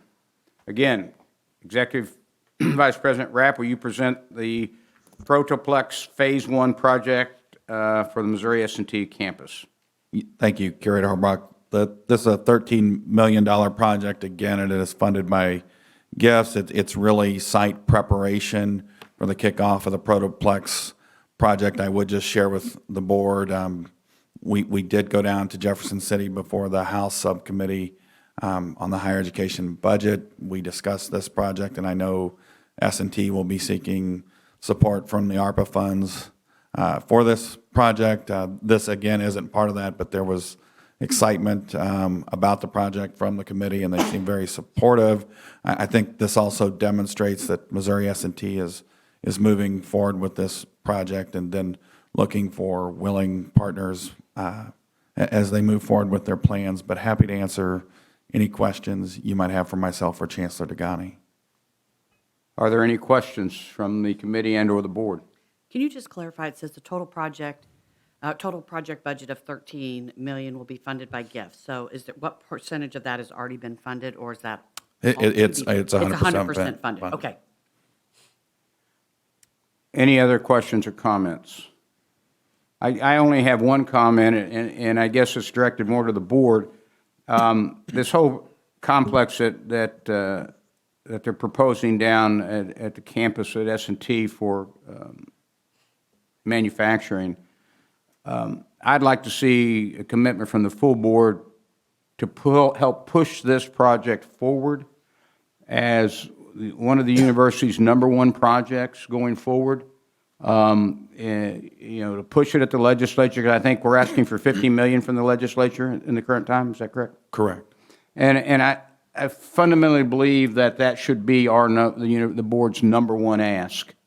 So in other words, if we have to negotiate a little bit, that this project be moved to the top of the list and pushed forward. Because I believe in it. I think the governor believes in it, and I'd like to see this board get behind it completely. Can I clarify, because you said one of our #1 asks, and I'm just trying to. Well, maybe we it have should be our more. #1 ask. Okay, I just want to make sure, because Right. we can have multiple, and Right. I'm not sure we've had that. I mean, I know we're going to have asked to help at UMSL, and I know there's ask at Mizzou and Kansas City. And as the state is dealing with this, if asked, if we are asked, what is the number one? I believe that this project at S&T should be the number one. Curator Hobrock, Yes. Can I ask you a question? Are we clear on the other priorities that we may have that may be competing with this one? Because we're not aware of those. It'd be hard to rank them at this point. What are your thoughts on that? Well, I know there are other, I know that, all the campuses are putting together a list of things that, as the state has this funding available. And I can't list them for you, but I'm sure each chancellor can list, or maybe Moon can tell us what's on that, each one of those. And I support each and every one of those, but as with state finances, there may have to be some give and take. My point is, as we go with give and take, I think this project and pushing this project forward should be the number one project that the board stands behind. And Greg, I love your enthusiasm, and Mo, I love you, and I love what you're doing, but I think we've got a lot of other big projects that we're talking about. We're talking about hospitals, we're talking about, and so I don't know that we can say that there's a number one. I think we can say it's in our top 5. I'd want to see what else we're talking about and what else we're considering before we start trying to rank this on the fly. That's not a comment against the importance of the project or S&T. Okay, I mean, I understand that that's not part of what we're doing today, but there will be other issues this board will deal with, both from what we're asking the legislature to do and what we're willing to fund. I personally feel very strongly about this project at S&T. I think it's good for the state of Missouri, and we'll push for that to be the board's, put the full weight of the board behind this project and push for it with the legislature. Yeah, I want to add to what has been said. I think it's very premature to make those kind of decisions right now until we know what we have. Understand. Marcy, were you going to speak? Yeah, I think I would agree with some of the comments. I think we have to give it significant importance. I'm not sure, though, if we designate it number one, I quite frankly don't know who that's going to push into 2, 3, and 4. So I strongly support emphasizing the importance of this and giving that message to the legislature. I think that's probably as far as we need to go, but fully support it. And maybe this is a question of somebody maybe newer on the board. I'd like to know what our process is when we do that so it's not about the project to me, it's about our process and understanding how we go about that, the ranking. And I don't know if that's a question for you, President Choi, or for you, Vice President. And there is a history to that. That's a good Right. question, and there is a history. I think each university established what their top capital request was through the state appropriation capital request that came forward. I think to Curator Graves' point, right now the request has been for the 14 four-year institutions in the state, what is each of those institutions' top project? And all 4 of our universities have those, and I think I think they're all important projects. We've got the UMKC Health Sciences District, we have Mizzou Forward, we have the plan that you just saw Chancellor Sobluck talk about. And so I think, at this point, when I don't know exactly what every other university's projects are, but, I think our projects stack up well against those. Yeah, and that would be my greatest fear, that we say this is the systems project, and then we get behind 14 other colleges on other issues, because this is the only thing we seem to care about, and I don't think that's the message we want to send. I think there's several things that we care about a lot.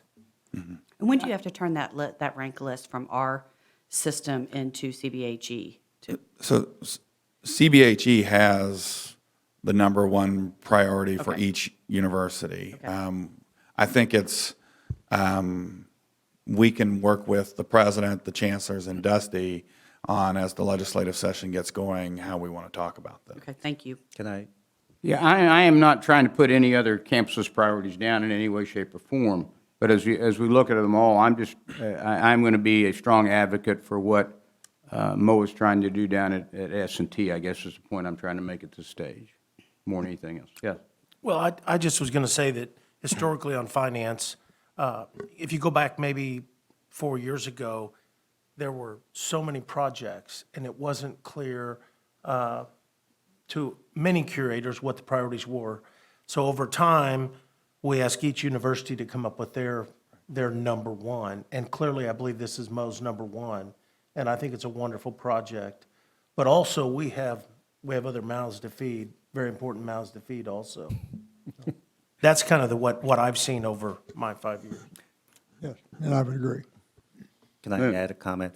So what is different about this year's request when we compare that to Next Gen that was selected as a number one priority? When Next Gen was selected as the number one priority system, there wasn't a formal mechanism for requesting funding from the state other than to say this is our highest priority. This round of funding opportunity comes from ARPA, where the federal government provided funds to the state. And so we are being asked for each university, what is our number one ask? I do agree with Curator Hobrock. The project at S&T is very exciting. It can create tremendous opportunities for manufacturing innovations, not only for S&T, but for the state. But I do believe we have opportunities for each of the 4 universities to be able to have a high likelihood of getting their funding supported. And for that, getting the support of the board for those projects is very important so that we do speak with one voice. So are we really saying that what we're trying to figure out, or the question you were asking, is our priorities in setting, number one across the board or number one across the, or for the system for ARPA funds?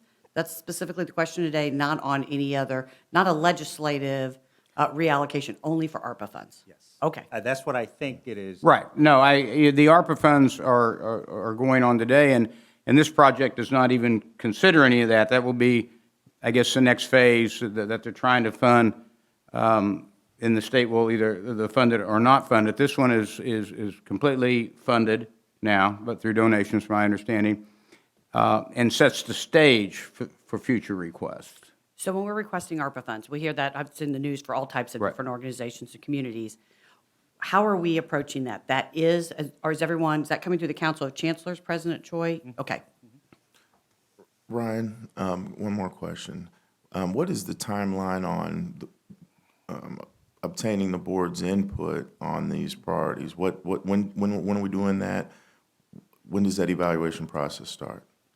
Well, the projects that went forward were the projects that were approved in June as part of the state capital appropriation request.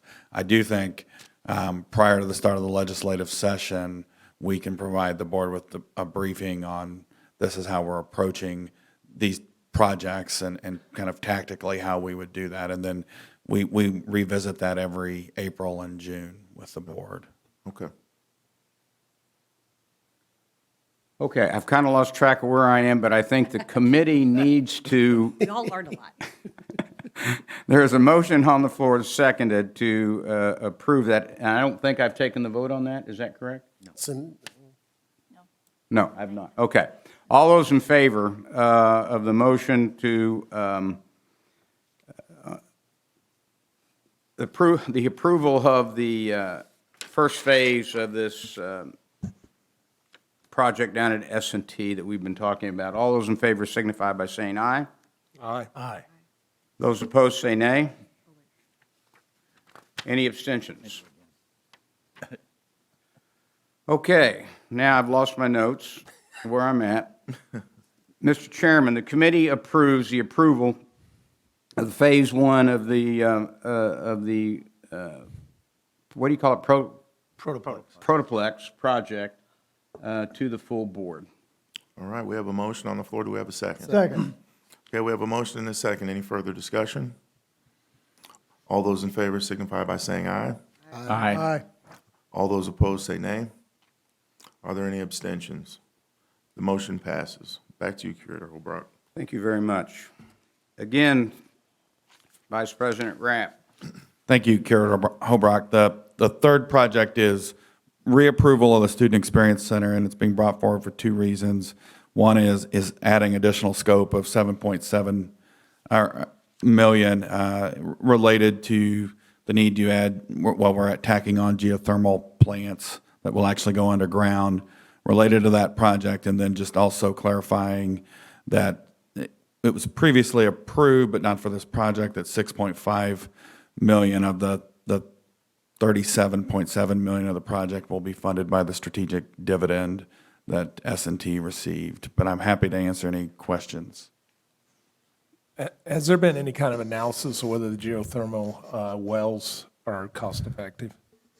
Yeah, I can speak to it at a very high level, and I can get you a lot of information. It's actually been very cost effective. Now, that being said, I don't know how cost effective it would have been had we not been able, when we originally installed this, to participate in some renewable energy tax credits that were available.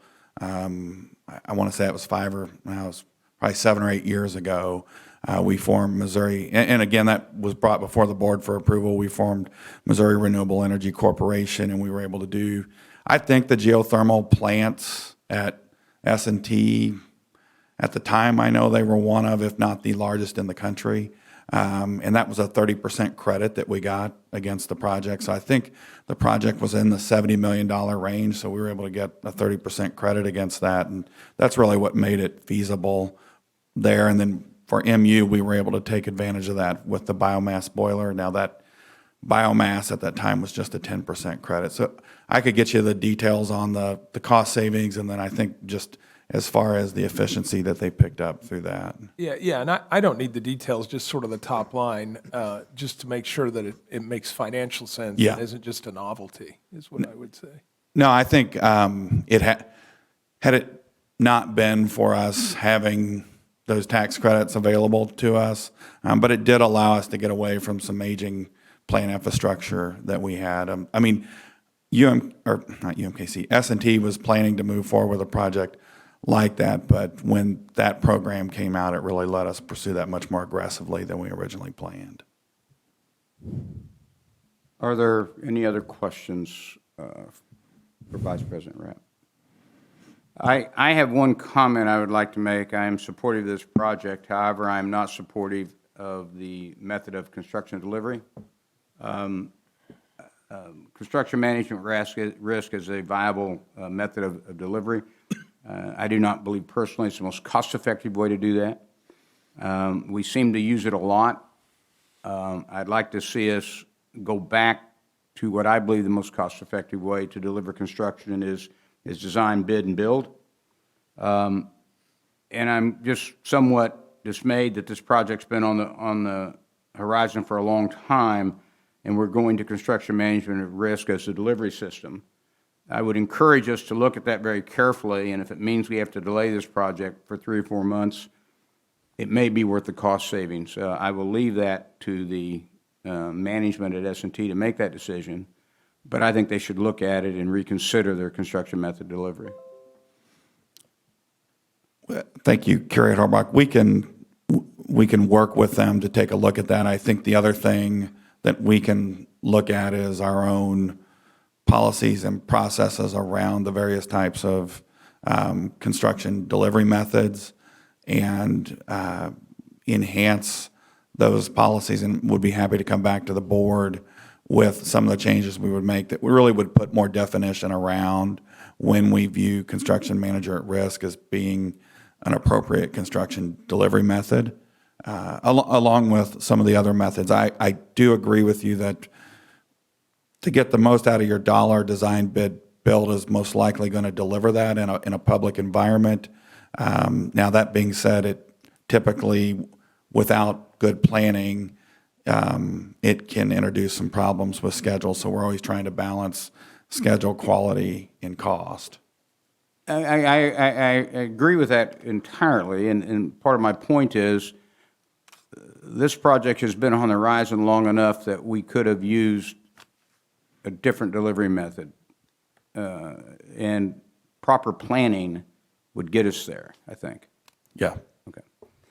If there's no further discussion, May I have a motion and a second from the committee to approve the Student Experience Center project reapproval on the University of Missouri Science and Technology campus? So moved. Second. Motion has been made and seconded. All those in favor signify by saying aye. Aye. Aye. Those opposed say nay. Are there any abstentions? Hearing none, the motion passes. Mr. Chairman, on behalf of the Finance Committee, we move to recommend to the full board the Student Experience Center project reapproval on the University of Missouri Science and Technology campus be approved. Do we have a second? Second.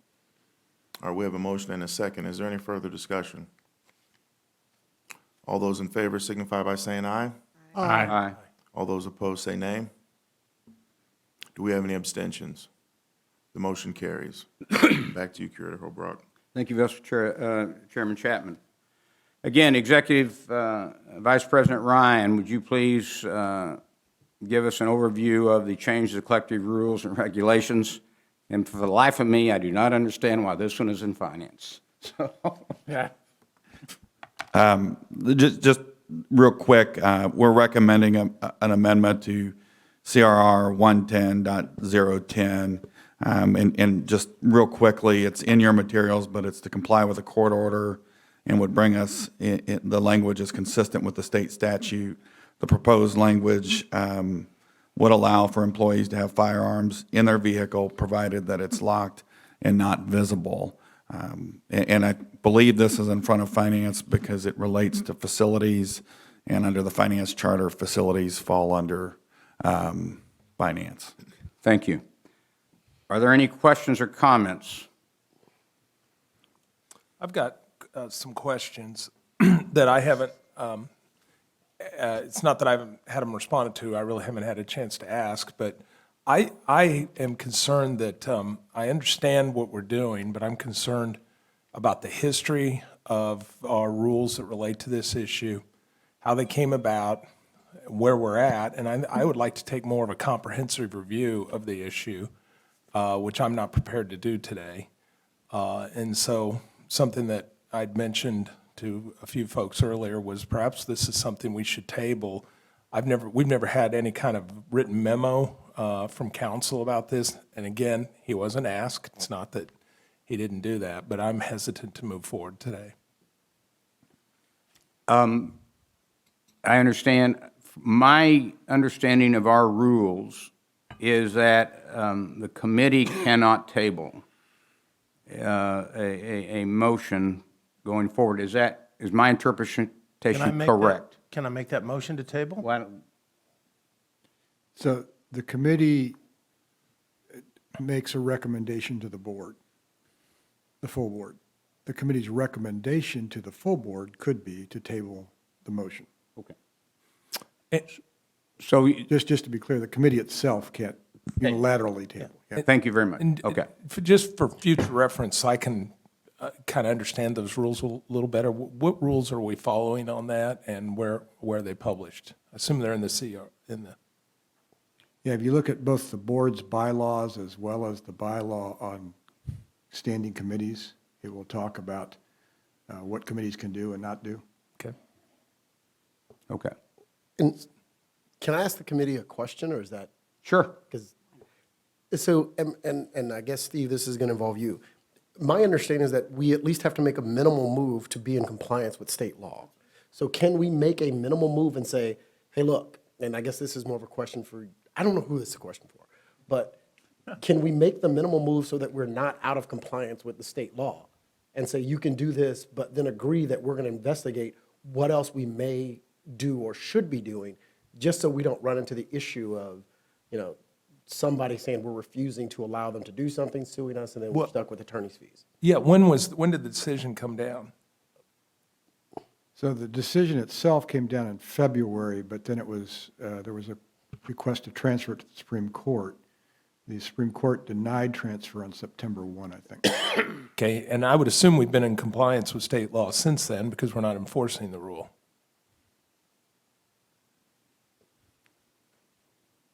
Our current rule, as unamended, does not comply with the court order.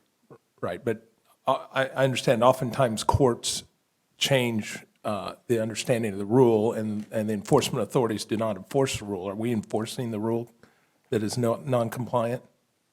The guns and cars portion? Yes. I don't believe we are. Okay, so, you know, as long as we're not enforcing the rule, we're not out of compliance, would be my belief. So can we at least make a motion that we will instruct the police or whoever's doing this to not enforce the rules, so that way we've at least taken the steps we can and then we can investigate? A bigger, analysis? I just want to make sure we don't do something because somebody says, hey, this person did it, we're going to do something and create our own problem. I think I misunderstood your question, Curator Graves. We are not enforcing the amendment portion. So in other words, right now, we are not allowing guns and cars. We would, I don't know whether we're enforcing or not enforcing the other portion of the rule, the existing portion. So we're not complying with the court order at this time? Correct. Is that normal practice for the university not to comply with court orders? We need the board to amend the rule. Well, I presume that the court ruling controls.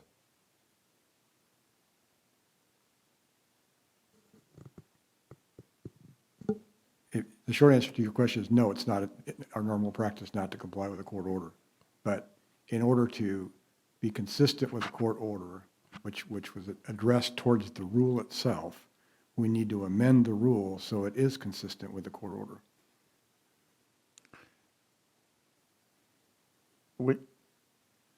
We were sued by an individual that wanted to bring his gun on our campus because our rule said that he couldn't do that. The state law says that he can if he's a state employee and he's got the firearm locked and out of sight in his personal car. That's what the state law says. But our regulation does not meet that standard, does not comply with that. And the court has told us that we need to comply with that as a university and as our regulations of the university. Is that correct? I mean, so we already got sued once. It took a lot of time and money to settle it. I mean, we had expenditure on this to fight this in court, correct?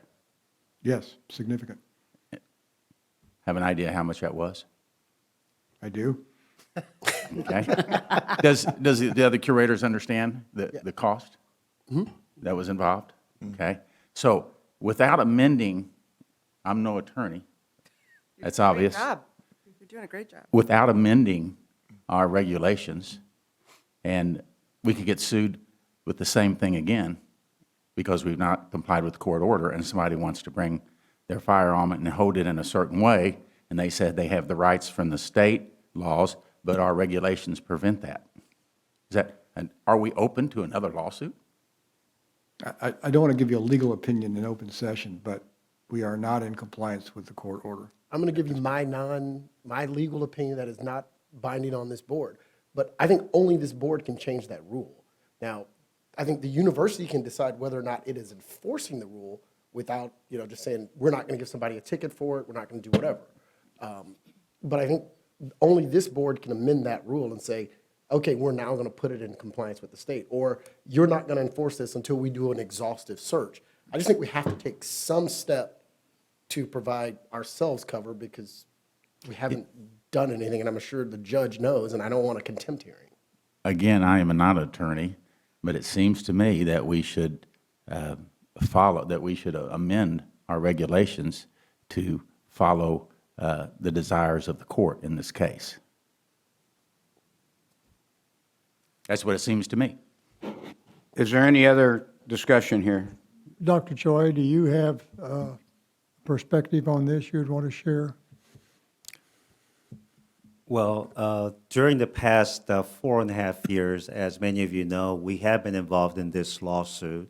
And when the court decided on the outcome, and it was on the outcome on September 1st, we decided that we need to bring this to the board for their approval. We didn't want to enforce or change our policy without board approval because it would be in violation of the CRR. And that's why we are here to comply with the court order for guns in parked cars for employees of the university while they are discharging their university responsibility.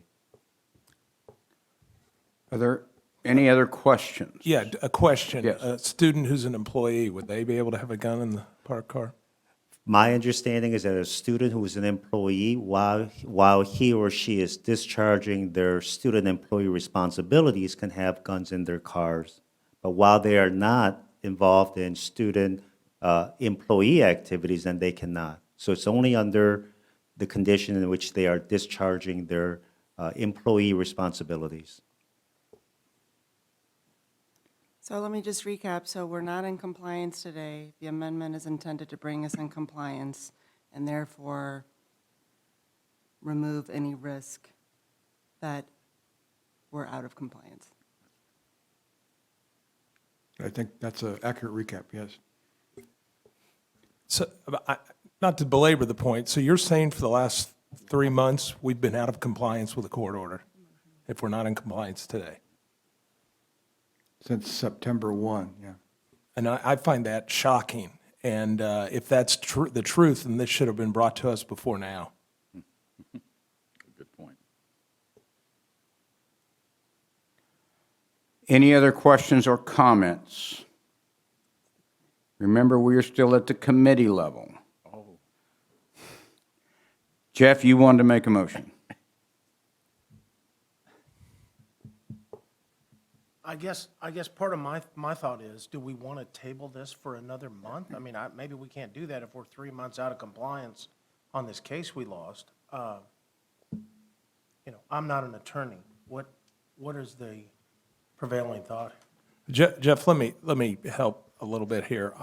For purposes of moving this to the full board, not because I agree with it, because I think we need to take a look at this issue in greater detail. I will move to move this to the full board. Okay, are you moving that we recommend to the full board to table? Are you recommending your motion to, that the committee's recommendation to the full board, the way I understand it, can be at 3 levels. One is to approve this and have the board adopt it. One is that we don't approve it and ask the board to reject it. And the other would be to ask the board to table it. Are those my 3 options? Yeah, there's probably more, but yeah. Yeah, so So which of the 3 do you want to propose? Well, I want more. Would the fourth option be to remove it from the committee without a recommendation? Then the full board could vote, right? Yeah, Yeah, Send it to, Just to be- yes, that is an option, to send it to the full board without a recommendation. that's what I would move. Okay. The motion has been made to send this issue on the change the CRRs from the committee to the full board without a recommendation. Is there a second? I'll second that. Okay. The motion has been made and seconded. All those in favor signify by saying aye. Aye. Aye. Those opposed? Any abstentions?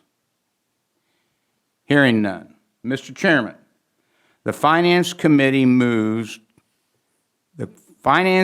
is sending to the full board for their consideration change amendment to the collective rules and regulations 110.010 regulations of the University of Missouri upon, well, we're making no recommendations for the full board to take this issue up. I move to approve the amendment. I second. Okay. All those in favor? Are you going to allow discussion? Oh, yeah. Any further discussion? I do have a question for you, Steve. It sounds like there are some feelings that we need to discuss this a little bit further. I'm not sure how many people on the board support that. Could we work very diligently in the next week or so to finalize this rule or to have that discussion? Seems like this can wait a week if we've waited a few months to get to this point. Where we perhaps table it today, I'm just talking this option through, and then work through it in the next week or so in order to get to a final. It may be the same. I don't know what we'd want to do with it, but it sounds like there's a lot of unanswered questions.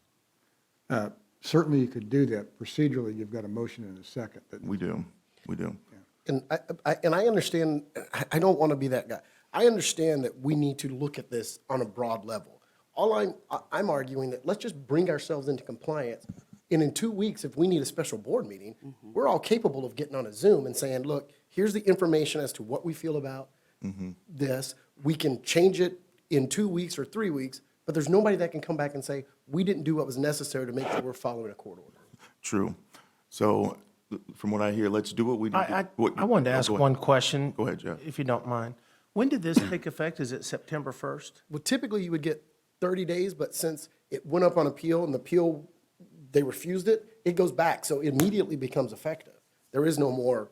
So when they said, no, we're not going to hear your appeal, you're done.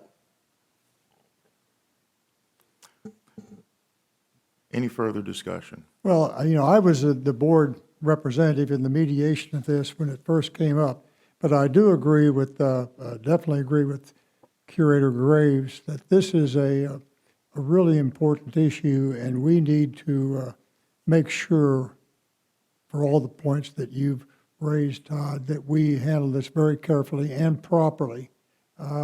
So I'm not too sure that I would feel comfortable making a decision now and taking action, but I think within a very short time, we need to look at this and make what we believe is the right decision. I realize that's kind of a general statement, but I do think we need to move forward to get to a resolution ASAP. Michael, does that share your opinion? Yeah, that makes, the complete review of this and analysis of this makes complete sense to me because I don't understand how this sausage got made. So I'm all on board with that.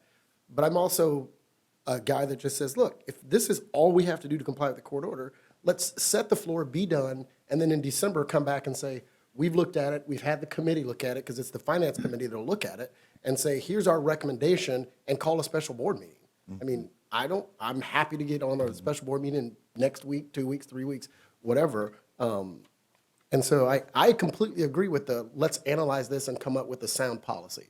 I don't know what other universities are doing, whether it's Big Ten, SEC, or Missouri State, or whatever other universities in this area, Arkansas. I don't know. So I'm all for the analysis, but I also am for let's just take the minimal step. Yeah, from my perspective, this is a public meeting, and we can say we didn't really know when we were out of compliance. We do know now. And just as a fiduciary to the university, I would be in favor of ensuring that we're in compliance. As a board, you can revisit any of the CRRs at any point in time, and we can certainly go deeper. But just from my perspective of cutting off any exposure, given the amount of discussion we've had here, I know it's certainly a subject that is debatable, and we have debated it, but we've got a lot of new members on the board that weren't really brought along through all of the long discussions that we've had in the past, and I think we should revisit it. But I also think we just want to cut off any exposure. So that's really my only press. Does it sound like we need to amend the motion to perhaps say that to be immediately revisited, to be approved, but immediately revisited and reviewed? I can add that to my motion to approve the amendment, add the qualitative caveat that we would intend to revisit the amendment after it's approved. I don't know if that's an appropriate motion, Steve, but in any case, even if I didn't, it just takes a plurality of you all to say we're doing it.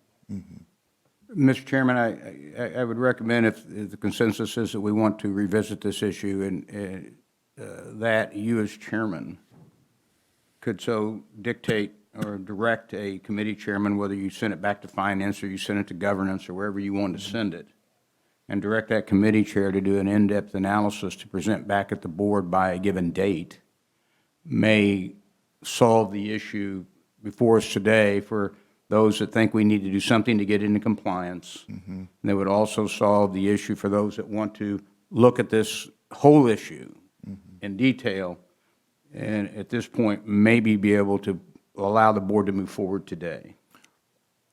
Hypothetically, if that did occur, I would appoint the finance committee to do so. And I would, Thank you. and I would want a recommendation back in 3 weeks. Would that be sufficient? Thanksgiving The holiday? Finance Committee, if you did that, directed that to the Finance Committee, we would, and you gave me a 3-week timeline, we will comply with your 3 weeks, sir. Okay. And I find this issue interesting, so I may pull some of the stuff for you and get it to you. Because I don't know what's happening at other universities, so I find that part of it interesting. So I would volunteer to help the Finance Committee, even though I am not on it. Curator assist Williams, you in I the would research. welcome your help. So it sounds to me as though we have a motion on the floor with the additional caveat or amendment, given the time frame of 3 weeks and appointing the Finance Committee to do that review within 3 weeks and to deliver a recommendation to the board within that time frame. So the motion has been amended. Do we have a second to that amended motion? Second. Okay, all those in favor signify by saying aye. Aye. Do we have any opposition? If you are, say nay. Okay. Okay, do we have any abstentions? Okay, the motion passes. Well, Thank you, Chairman. well done. I appreciate the discussion. Thank you, Chairman Chapman. Well, I just want to say I appreciate this board's discussion on an issue that is very important, and I hope we reach some kind of conclusion in the next 3 weeks. And thank you for everyone and your honest input on that one. Appreciate it. Back to you, Curator Hobrock. Thank you very much. Again, back to you, Vice President Ryan, on the approval of the subsurface parking garage at Missouri S&T. Thank you, Curator O'Brock. This is approximately a $10 million project funded by gifts. It was presented and discussed at the meeting at UMKC in September by Chancellor Degani. This would provide with 130 spaces right in the heart of the arrival district that we've discussed. I'd be happy to answer any questions you might have for myself or the Chancellor. Are there any questions or any comments? One comment. I appreciate it's all funded by gifts. I keep seeing that from S&T, and I think that's very strong. Thank you. I have one comment to make. Originally, when it was presented to me, I was not in favor of this because why would we need a parking garage at S&T? They have lots of space. Until I went down and saw what's happening with the arrival district. And because of the lay of the land, they were going to have to fill this area up tremendously at a substantial cost. So instead of filling the area, though it's going to cost more money than the fill, you're going to acquire the parking in close to campus. And once seeing the lay of the land and how it all laid out together, this project made sense, and I changed my perspective on that. So that's just a comment I'd like to make. I support what you said, Greg. Certainly, after walking it and understanding his game plan down there, it looks like it's fit greatly and it's worth the effort, and I support it wholeheartedly after being there and seeing it. Are there any other questions and/or comments? Hearing none. May I have a motion and a second from the committee to approve the subsurface parking garage project on the University of Missouri S&T campus? So Second. Motion has been made and seconded. All those in favor signify by saying aye. Aye. Those opposed say nay.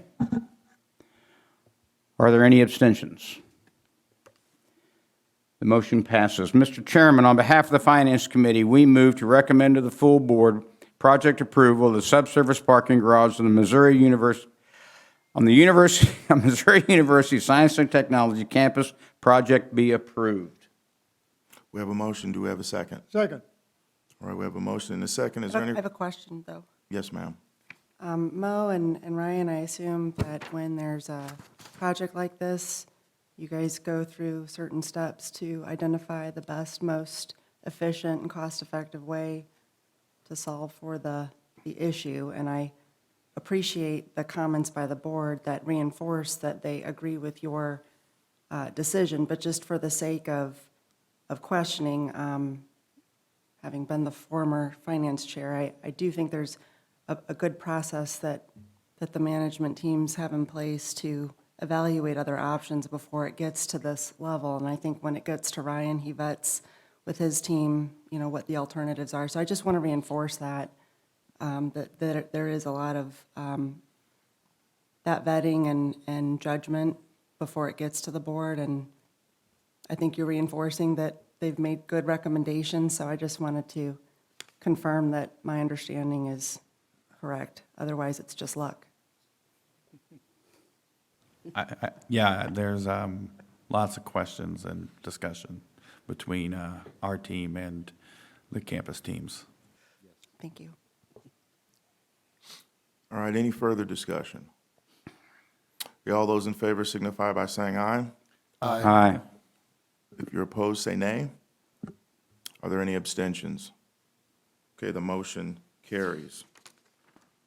Okay, Mr. Chairman, this concludes the business of the Finance Committee. all right, thank you, Curator Holbrook. Okay, I will now turn it over to Curator Graves for the Academic Affairs, Research and Economic Development Committee meeting. Okay, we're half hour behind, and I'm going to try to catch us up. Cindy, do we need to call the roll for a quorum, or can we just identify a quorum? Yeah, just identify. Okay, we have a quorum, I believe, from the room. And so today we have 2 informational items and 3 action items for the Academic, Student Affairs, Research, and Economic Development Committee. The information items include the Intercollegiate Annual Athletics Reports and a new joint degree BA program in Psychological Sciences to be offered by UMSL and MU. We'll begin with athletic reports, followed by the joint degree program. These annual reports are required pursuant to the collected rules and regulations 270.060 and are a way for the board to get a high level of overview of the UM system's athletic programs. To walk us through their reports and answer any questions, the athletic directors from the 4 universities have joined us this morning and will give us each give us a 2 to 3 minute presentation. First, we're going to hear from Melissa Ringhausen, athletic director at Missouri S&T. May you go ahead and come up and begin your report to the committee. All right, thank you for the opportunity to present and share kind of the highlights of S&T athletics with all of you.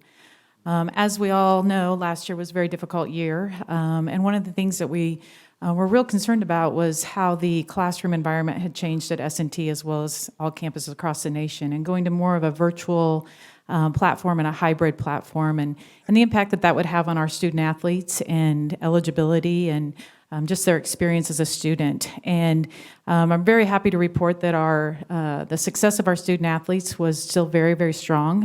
S&T prides itself on the type of student athletes that we recruit and bring in and the amount of academic success that they have. So just to highlight from the report, our male student athletes had an average GPA of a 3.27, and our females had an average GPA of 3.49. So our overall department student athlete average was a 3.38, and I think that's very impressive for our institution, especially with the high academic prowess of our institution. The hybrid approach was very challenging. As y'all know, it's a lot of hands-on in-class learning, and so to still continue to have those type of academic achievements with that type of change in your curriculum is something that we're very proud of. Graduation rates continue to be very consistent and strong at S&T. Our student athletes were graduating at 76%, our 4-year graduation rate, which is well above our general student graduation rate of 65%.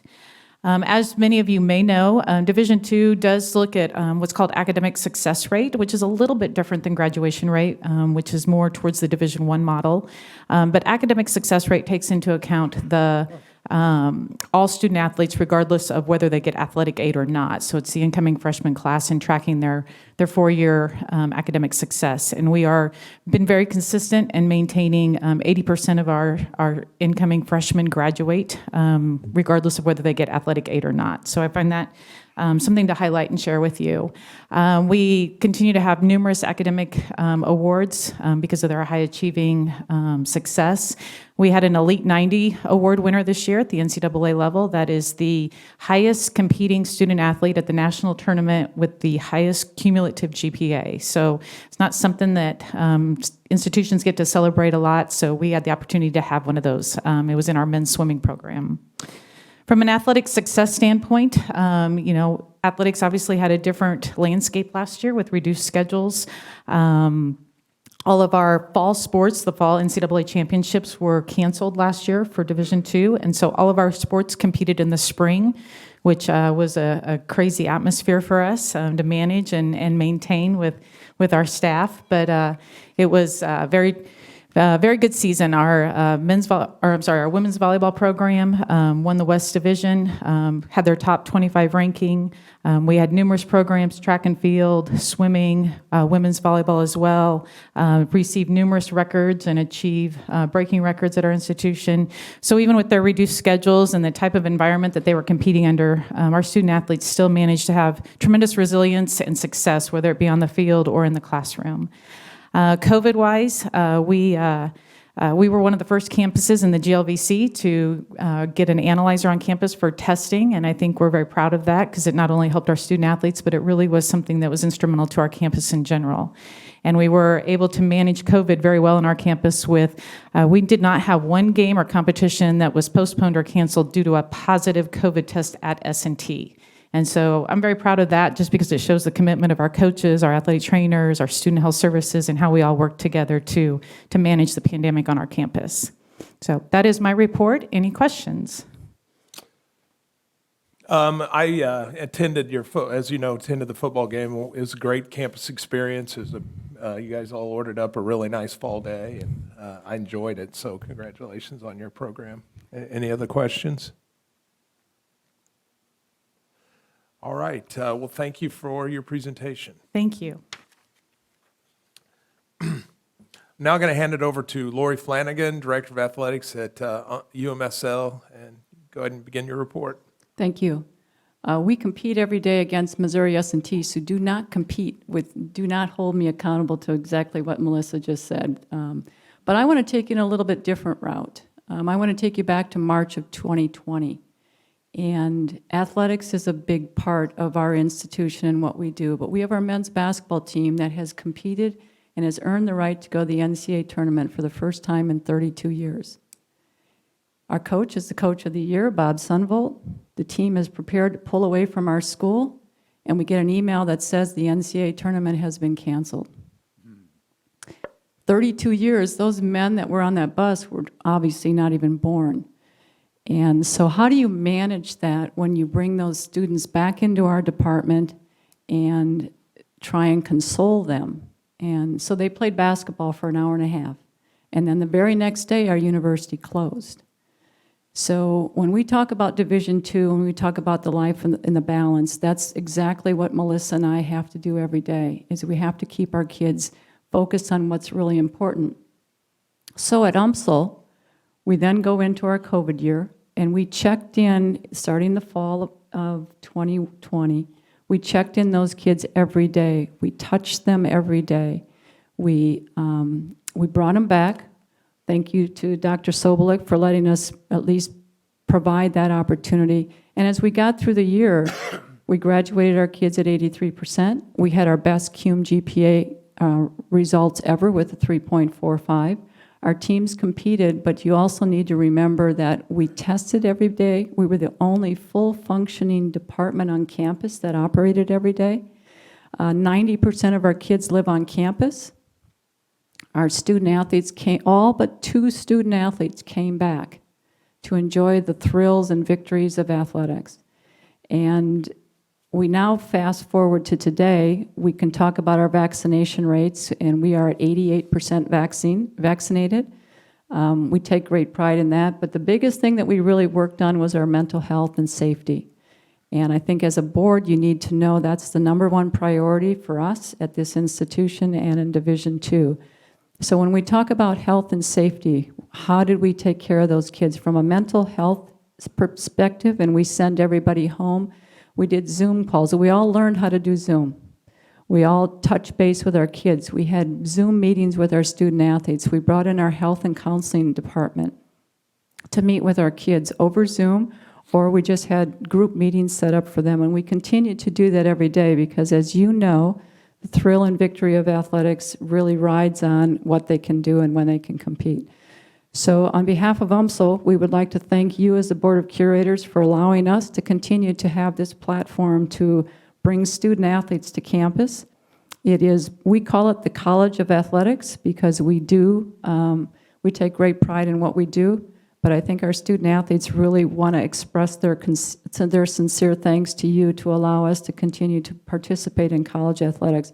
Without college athletics, our student athletes would not have the end result of being really character people as they move into our life, in our world. So any questions for me, I would be happy to answer. Thank you. No question, but just a comment that mental health among college students is a growing concern and priority among many surveys, so I appreciate the focus on keeping the mental health along with the physical health. I am not a parent, I've never had a child, but I understand the significance of making sure that we are preparing them for life after college. So thank you for this opportunity. One more question. Any information on graduation rates or? We graduated 83%. That's our academic success rate. Our graduation rate for our incoming freshmen is 72%. Okay. Is that over, sorry. Go ahead. Is that over 4 years or 6 years? It's 6 years. 72%. Correct. So that's about 16 points higher than the rest of the population at UMSL. So Yes, sir. that's very good. Thank you. Thank you. Okay, no further questions. Next, I'm going to hand it over to Dr. Brandon Martin, Athletic Director at UMKC. And congratulations on a great win for your program last week. Thank you. We need more of Graves. that. Thank you. We do. We do. Thank you for leading with that. I appreciate it. Good morning. I'd like to thank President Choi, Mr. Chairman, and the board for this opportunity to talk about Kansas City athletics. I think as we frame last year, of course, as my colleagues just alluded to, we dealt with a pandemic, still in a pandemic to some degree. But I would like to say that we were, to some degree, leading in the unknown. We were leading in the unknown where we had more questions than we had answers. And it took a village approach. It did. And I want to just take a moment to applaud my chancellor, Chancellor Agarwal, and my provost, she's in the back, Provost Lundgren, for their unwavering support for the athletics department as we dealt with a tumultuous period. So I have a few highlights for UMKC athletics. We continue to thrive academically. Our student athletes had a cum GPA of a 3.41 last spring. We had 88 of our student athletes have a 3.5 GPA or higher. And we had 96% of our student athletes have a graduation success rate, and our APR was 980. So I think that's really a credit to our academic support team, but also to our coaches. And so I want to make sure to highlight that. In terms of our approach, even though we had some challenges, we still maintain an emphasis on external relations. And with regard to that, we had a great fundraising year. We had 62 new members in our Brew Athletic Fund. We raised over $1 million last year, which went to some of our needs in a challenging time. We had a goal to reach $600,000 in sponsorships. We reached half of that. And ticket sales were pretty much non-existent, but our merchandise sales skyrocketed. And so, I deem from an external standpoint that we had a pretty decent year. In terms of our athletic success, our first year men's soccer coach, Ryan Poor, was the Summit League Coach of the Year.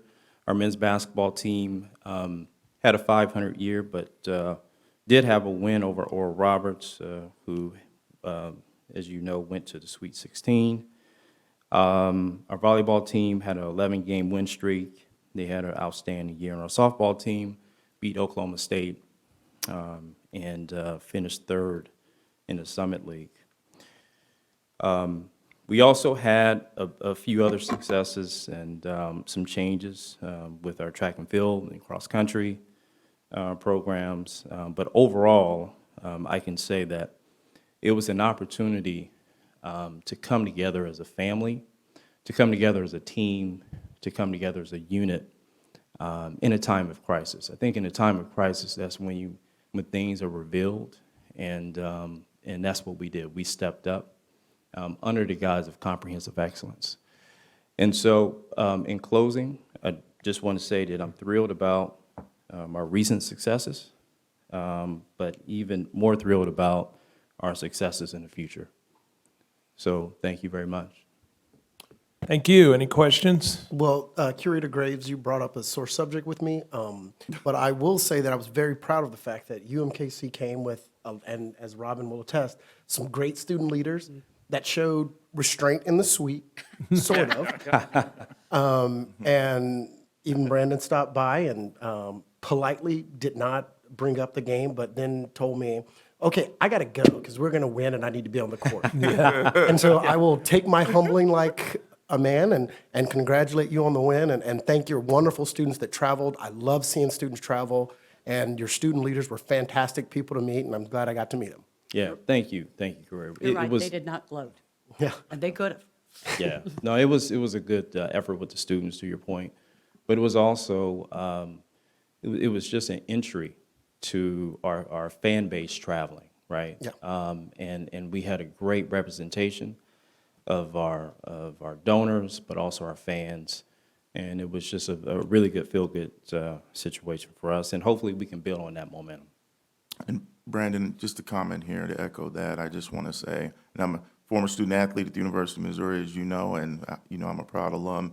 Congratulations, that was a big win for you. And I want to say this too, I think you're doing a great job in a lot of other areas from the things I've heard, so keep up the good work. Thank you, and that's, it's a team effort with Chancellor Agrawal and our university team, and great things are ahead.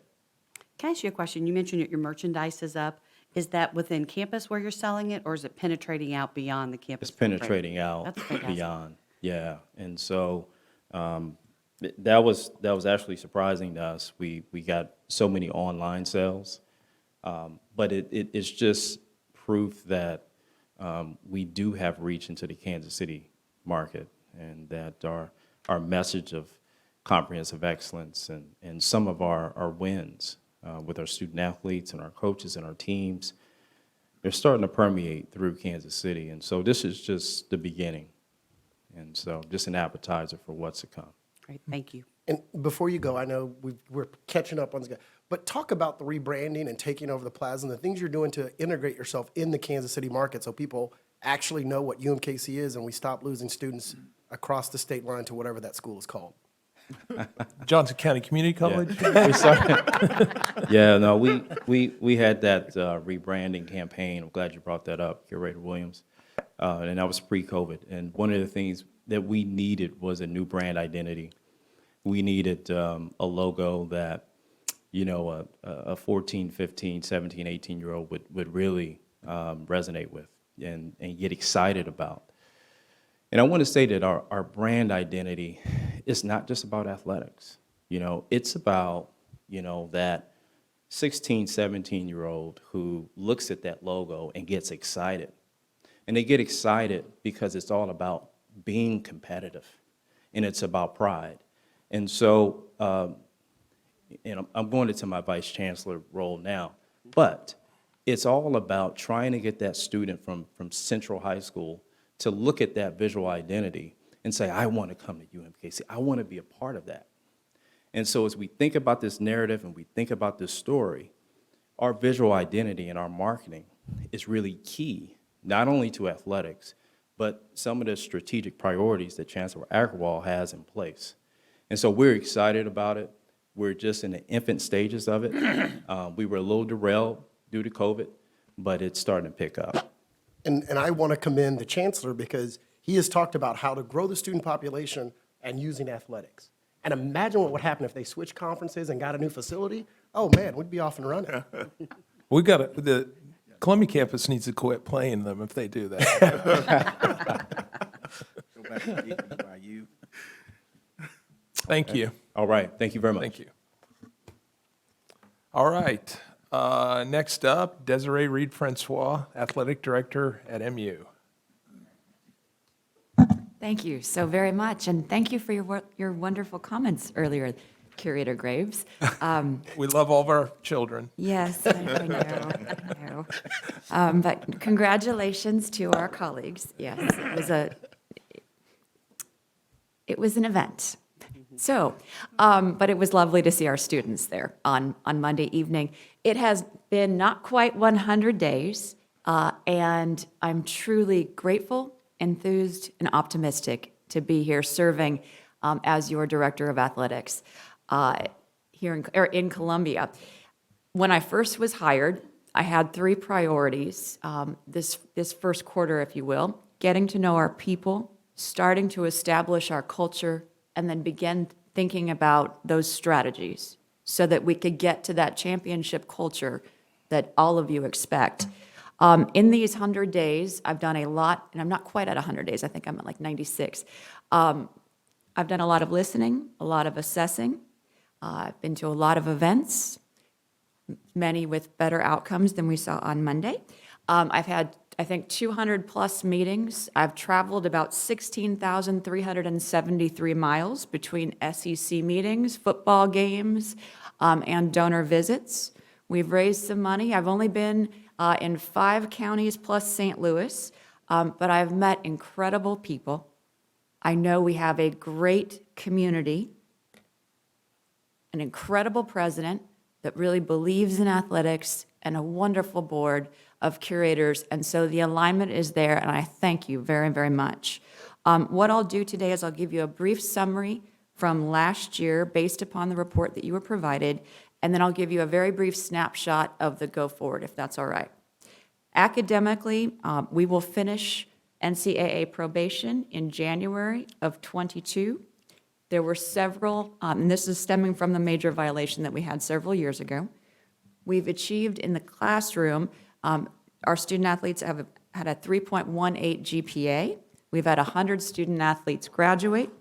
Competitively, right now in the Learfield Cup, and the Learfield Cup takes a look at all athletic departments, and they look at your postseason finishes. Right now in the Learfield Cup, we're at 48. We were at 48th last year, which is roughly 11th in the Southeastern Conference. 6 of our teams last year finished in the top 25.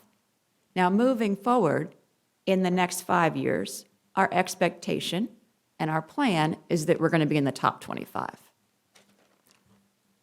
Health and safety was a high priority last year. The campus did a very commendable job of keeping our student athletes safe.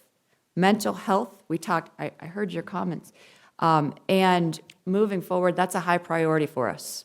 It's a big challenge across the country. It's a challenge for us, and it's something, as we move forward, we're going to look at the holistic integration for all of the services for our student athletes.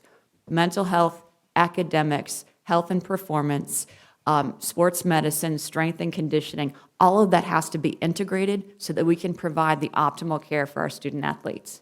That's part of our moving forward plan. Student athlete development. There were a number of events that the staff performed last year that were very commendable, that are listed in your report. Moving forward, we'd like to take a very targeted approach in terms of career development. Our expectation is moving forward in the next 3 years, 100% of our student athletes upon graduation will either be in graduate school or will be on a pathway to a meaningful career. This isn't only just great business. This is also, it's just the right thing to do. I meet with a lot of recruits and their families, and what I talk about with them is the 50. Take a football player. If a football player, if he graduates at 22, his average, and even if he goes to the NFL, his average career is 3.4 years. So that takes him to 25, right? If his average life expectancy is 76 years, we talk about that 50. How are you going to go and impact the world during those 50 years? I can never make our football recruits. I talked to a recruit on Tuesday night, and I talked to his family, and I said, I can't make you a better football player. Maybe, Curator, you could, but I can't. But what we can do is, and And we have great people to help them with their academics and their mental health and all that holistic development. But what we really want, where we will have a point of differentiation, is your career after you get out of the league. That 50, so you can go impact the world. So that's a big moving forward that you'll see more about in the years to come. In terms of outreach and engagement, in the report, and the staff has done a really good job of working with the sports commissions. They brought the SEC championship a cross-country championship to Columbia. It was an outstanding event. We're going to be hosting NCAA regionals and then the NCAA national championship in 2025. We're going to be aggressive in that space and bringing championships to Columbia. It is a great place to be, and we want to highlight our state. There's work to be done in terms of the number of donors in our annual fund. We want to bring people in, and we want to continue to grow that for a myriad of reasons. There is work to be done in terms of our social media and our video content and our engagement, our attendance, our student attendance, even though Monday night, that infamous Monday night, of course we had to play. Brandon, we're never scheduling you, by the way, the week before a board meeting. Or perhaps, anyway, I'm just going to stop right there. But the student attendance, it's getting better, and that's been a point of emphasis. Leading up to that first men's and women's basketball game, we did 21 straight events. We went to the dorms. We went to the rec center. I gave out Gatorades to students playing pickup basketball. Thankfully, I didn't have to play basketball with them because I would have totally embarrassed myself. But we have to, and we went to the fraternities, we went to the sororities, we went to the dorms. We have to have a presence with our students.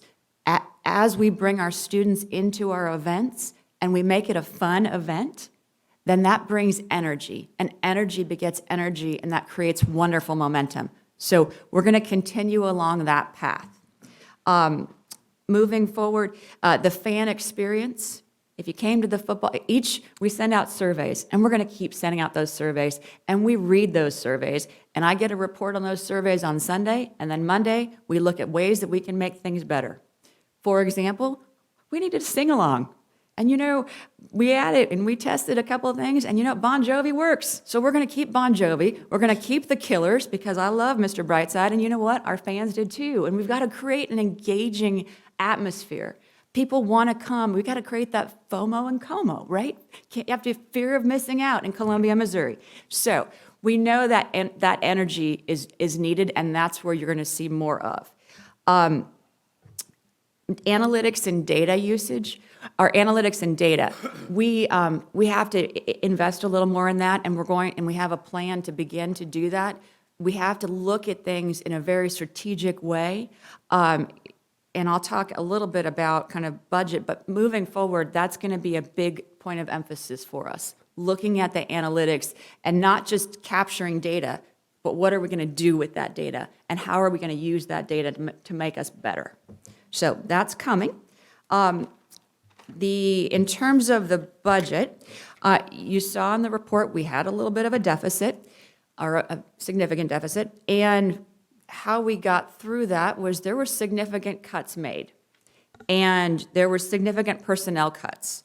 I think we lost between 31 and 46 people, and then we used some of the SEC money to pay down the deficit. What we're having to do now is rebuild. And we're having to restaff up, but making sure that we're not just replacing positions that were cut. We're thinking very strategically, all right, we only have one person for the video department. How are we going to scale that up based upon priorities?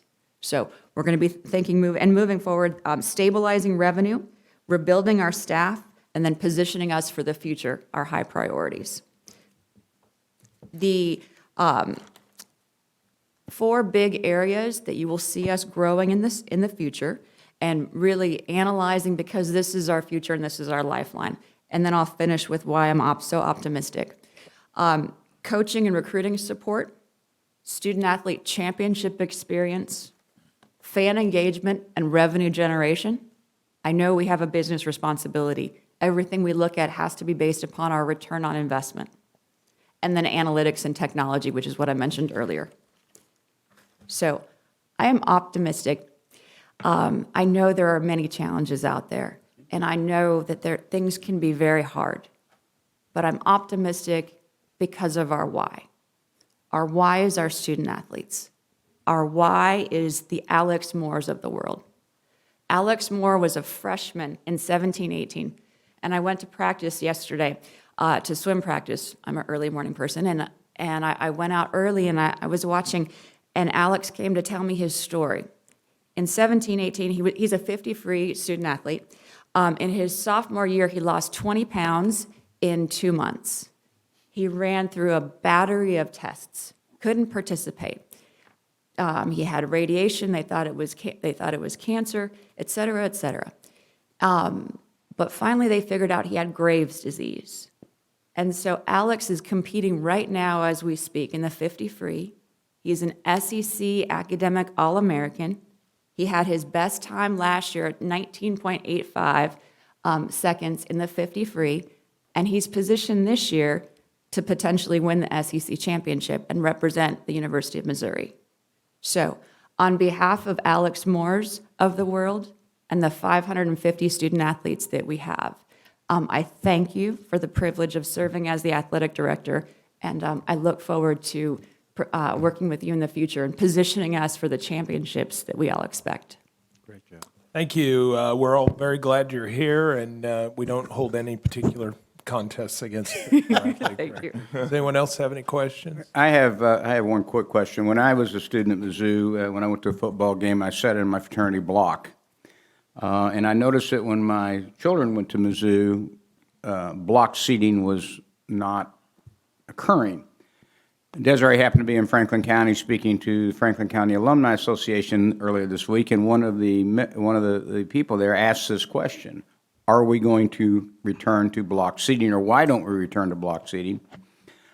We got kind of a political answer. So I'll ask it here at the board are we going to go back to block seating? Do you think block seating is the right direction to go? Help me out on that topic. Yes, yes, and yes. So we've served, like I mentioned, yes, we are going back to block seating, and yes, I believe that's an opportunity. We have met with the AASB, we've met with fraternities and sororities. We've looked at all the student surveys, and one thing and there's a couple of seating changes that are coming, but I want to make sure I'm thoughtful and methodical in terms of how we announce it. So if you don't mind, I'm gonna hold on, because we have a whole communications plan on those seating announcements coming. So I'm gonna hold on that part. But in terms of block seating, yes, we have heard that, and yes, we're going to move towards that. Thank you. Have you found out, why did we get rid of block seating? Have you been able to find that in your history? We've heard a myriad of answers, part of which was that folks would sign up for the block or get the blocks and then not show up. And then you would see a block not there, because then they would get the tickets and then they would go sit somewhere else where other friends were. So you would have empty blocks on television. Okay. Chair Graves, can I add a comment? Sure. So I do want to thank all of the ADs for developing the championship culture in our students, but also focusing on academic performance, because they are student athletes, and we're very proud of your accomplishments. And also to our AD, Desiree Reed-Francois, thank you for bringing such great energy and accountability to athletics at Mizzou. Thank you. And I have one question. Yes, sir. How are we going to do this Saturday?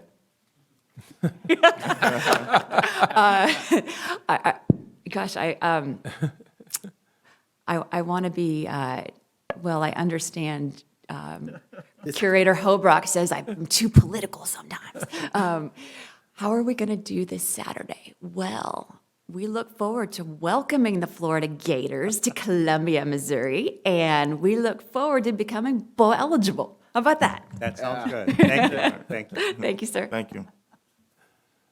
Thank you. Okay, moving on. Next on the agenda is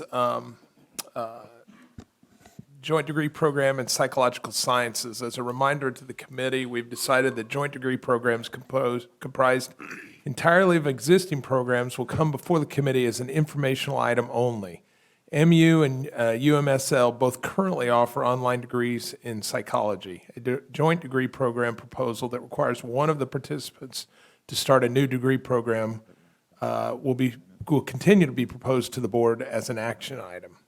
With that, I'll now yield the floor to President Choi to describe this informational item. Thank you. Thank you, Curator Graves. And we're very excited about this first joint online degree program. And this program has received support from both the faculty at MU and UMSL. And the faculty members are actively developing an implementation plan, which we plan to roll out next year. Psychological Sciences is a very popular program at our universities. And when we made the decision through Missouri Online to provide education anywhere, high quality, low cost education, we decided that this would be a perfect venue for us to launch that program. So I'm very pleased to introduce Dean Andy Kirsten from UMSL and Interim Dean Cooper Drury from Mizzou to share more information about this program. Thank you very much, President Choi. Good morning, members of the Board of Curators. It's nice to see you. Thank you for this opportunity to speak with you today. UMSL is very excited to be launching this new joint online degree program with MU. The goals of the program are twofold. First, it is designed to better serve students by giving them another option to achieve a degree that leads to productive careers that build and support Missouri. And two, to broaden the impact of the talented faculty and staff working in UMSL's and MU's psychology departments.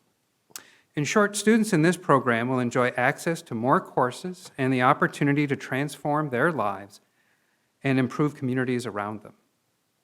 The program builds upon existing academic centers of excellence in the University of Missouri system. The key innovation here is that this program takes advantage of a new course-sharing model by which a student's home campus will receive 50% of the revenue and the teaching campus will receive the other 50%, thus enabling both institutions to share in the success of the program. Because the existing infrastructure is already in place, this new venture is expected to bring in net revenue immediately. And with appropriate investment, we believe this program can serve a steady state of 250 to 300 students per year. I would be happy to take questions here or at another time. I would like to thank Dr. Mike Griffin, Chair of the Department of Psychological Sciences here at UMSL, as well as Dr. Amber Reinhardt, Associate Provost in Academic Affairs. And I'd like to introduce my friend and counterpart, Dr. Cooper Drury, Interim Dean of MU's College of Arts and Sciences. Thank you.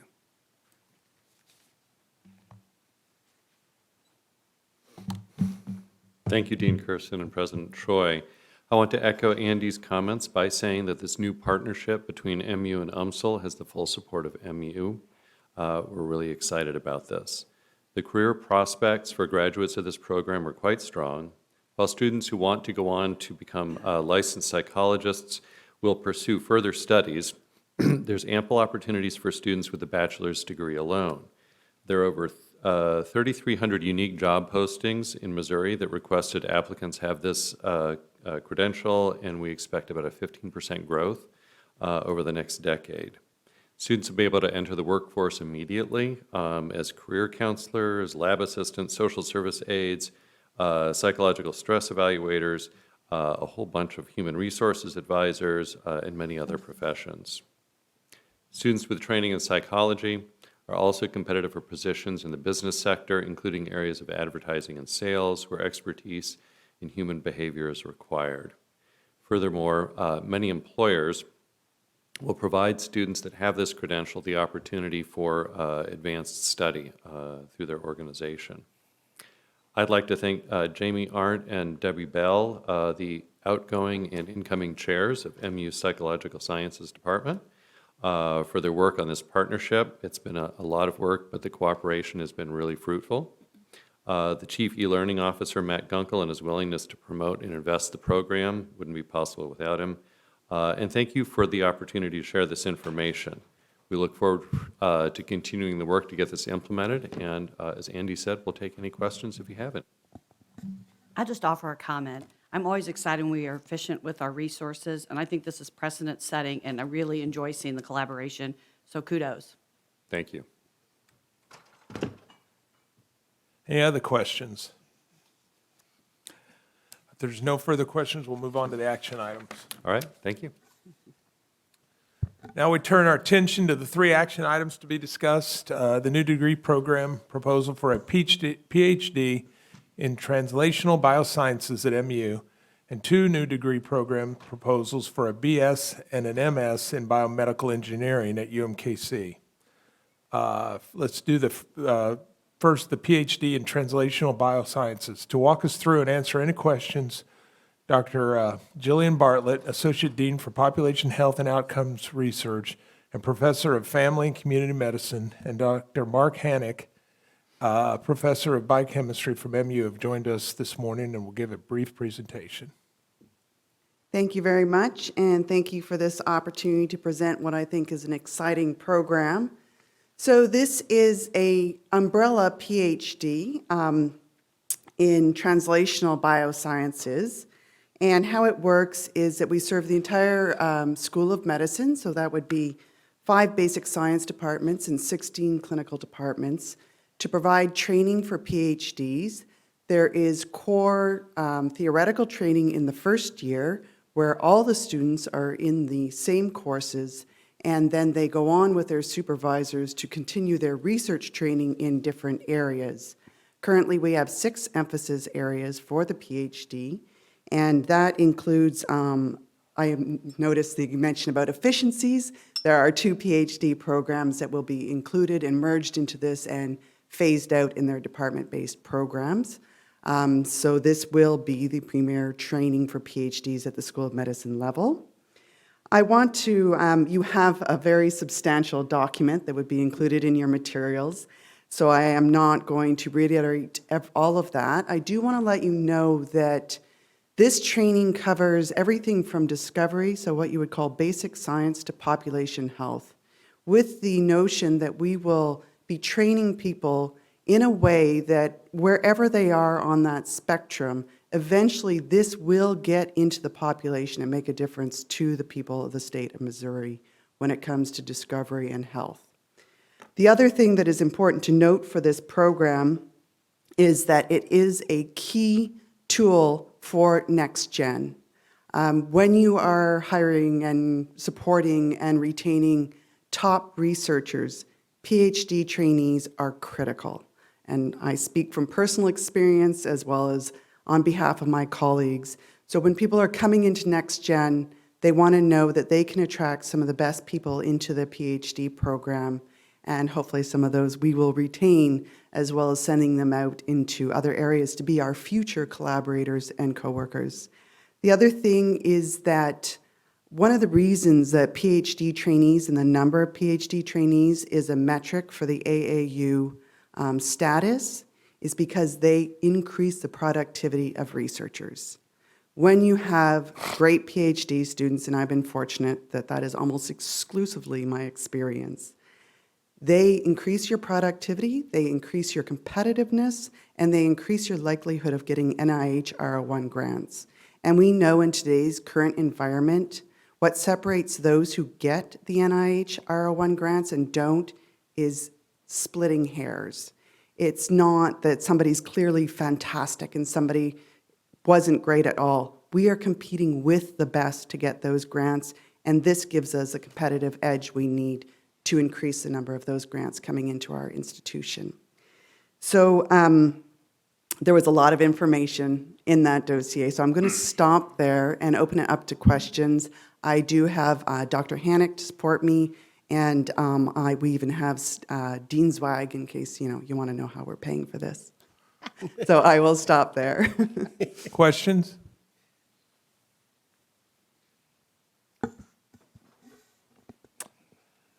I think we've all been well-versed in this, so there's no further discussion. May I have a motion and a second from the committee that the new degree proposal for a Doctor of Philosophy in Translational Biosciences at the University of Missouri-Columbia be approved? So moved. Second. All right, moved and seconded, that be approved. All in the committee in favor, vote by saying aye. Aye. Opposed? Abstentions? Motion carries. Can I add a comment, Curator Gray? Sure. Related to this program, Dr. Bartlett was recruited from McGill University as part of the Next Gen hiring initiative by Dr. Steve Zweig. So it shows that Next Gen is just more than a building. It's about research, but also student success through very innovative programs like this. Yeah, and I will tell you that there is full buy-in at the board level for Next Gen and for what you're doing, and we're all very excited about it. That's great. I'm super excited, and I look forward to reporting on our success. And the reason we have no questions, we understand this is going to help you be more successful, this PhD, so we're all happy to do it. So, Thank you very much. Mr. Chairman, on behalf of the Academic Student Affairs, Research, and Economic Development Committee, I move to recommend to the full board that the new degree proposal for Doctor of Philosophy in Translational Biosciences at the University of Missouri-Columbia be approved. Second. We have a motion and a second. Do we have any further discussion? All those in favor signify by saying aye. Aye. All those opposed, nay. Any abstentions? The motion passes. Back to you, Curator Graves. Okay, our next action items are the new degree program proposals for a Bachelor of Science and a Master of Science in Biomedical Engineering at UMKC. To walk us through both proposals and answer any questions, Dr. Kevin Truman, Dean of the School of Computing and Engineering from UMKC, has joined us this morning. We'll give a brief presentation. Great. Thank you so much for having me today. It is still morning, right? Good morning. Yeah, I guess. All right, as we're moving forward. So the School of Computing and Engineering at the University of Missouri, Kansas City has had some great success. We have record enrollments and we have record research, sponsored research programs going on right now. And the new proposed degrees for Bachelor of Science and Masters of Science in Biomedical Engineering are just an extension of those successes. We expect that it will increase our enrollments, we expect it will increase our research, and to give you a bit of information about that. Currently, we have 6 faculty members that are teaching courses in biomedical engineering, so this is a great extension. The enrollments in those courses have continued to increase from approximately 25 to 40 students each semester, and so we know there's a demand. On the research side, we actually have 20% of our nearly $40 million in research in biomedical engineering with the School of Dentistry, School of Medicine, School of Pharmacy at UMKC. We have the support of St. Luke's Hospitals, Children's Mercy Hospital, United Health, which was Truman Healthcare, to be a part of our programs. They're going to provide mentors, they're going to provide internships, and they're going to provide projects for our students to do in their coursework. The BS and MS are put together in this proposal because it truly is a 5-year program. What we're planning on doing is having our students have a very broad education in the first 4 years and then to specialize in that master's level education. In addition to that, though, what we have found is in the School of Computing Engineering, we've created BSMS programs in almost every one of our engineering degree programs. And what we do is allow our students to do the master's program at undergraduate tuition rates, which has actually improved the number of domestic students that are moving on to graduate education inside our school. We've seen about a 5-fold increase in that domestic student population going into the master's students, and we expect that that will happen in this biomedical program. We know that from a workforce development standpoint, the master's is a preferred degree in biomedical engineering, and that we think that that will help those students find those opportunities. We think the Bachelor's of Science in Biomedical Engineering will go steady state at about 200 students, will be financially viable, and we can talk about that. And the Master's of Biomedical Engineering will go steady state at somewhere between 40 and 50 students, most of those coming from our undergraduate program through that BSMS program. We know there's a market in Kansas City. The School of Computing Engineering created the KC STEM Alliance in 2011, and currently the KC STEM Alliance has 50 high schools teaching biomedical engineering and biotechnology courses with 5,000 students just in the 6 counties surrounding Kansas City. So we know there's a market and an interest by those students, so we think the enrollments will be easily obtained with those. And we are going to focus in the 3 areas where our research areas are right now, which is in biomechanics, biomaterials, and biodevices. with the hopes that even in the biodevice world, we can do some commercialization. It's about $1 trillion market projected in the next 5 years just for biodevices. So if we can make an impact in that, that's what we'd like to do. Now, in addition, we have had conversations with MU and the biomedical engineering program at MU and with Dean Manring. They are specializing in biotissue, they are bioimaging, and bioprocessing. And we've already talked about the fact that we can collaborate. Those are not areas where we have specialties, and they do not have areas of specialty in biomechanics. So we think we can share coursework and different opportunities between those two. We've also extended an offer to help them with internships in Kansas City. We do that incredibly well. The School of Computing Engineering, about 80% of our undergraduate students do internships throughout the year, and so we can offer that to them as well. We truly believe that this program is going to be successful and increase the enrollments at UMKC. We think it will help increase the research opportunities at UMKC and possibly the commercialization techniques and devices at UMKC. So I'm happy to answer any questions if you have any thoughts. Questions? Seeing no questions, Dean, I would say we've had a few meetings for various reasons and I've toured the campus, and I think that I think there's a lot of good things happening in your in the area that you supervise. So we appreciate that. Mm-hmm. Did you have a statement, Moon? Just a comment. As you know, engineering is an expensive endeavor because of the cost of attracting faculty members, their startups, as well as the instruments and laboratories that are needed. And we're very fortunate that as the system, system, that we are the only universities that can have engineering programs. So making investments in infrastructure that already exists makes the most sense for the state. So this is a very good program, and I commend UMKC for developing it. Thank you. Any other questions? Okay, if there are no further, there's no further discussion, may I have a motion and second from the committee that a new degree proposal for a Bachelor of Science in Biomedical Engineering at the University of Missouri, Kansas City be approved? So moved. Second. All those in favor? Aye. Aye. Aye. All those opposed? Any abstentions? Okay. The motion carries, and the committee, and Mr. Chairman, on behalf of the Academic Student Affairs, Research, and Economic Development Committee, I move to recommend to the full board that the new degree program for a Bachelor of Science in Biomedical Engineering at the University of Missouri, Kansas City be approved. Do we have a second? Second.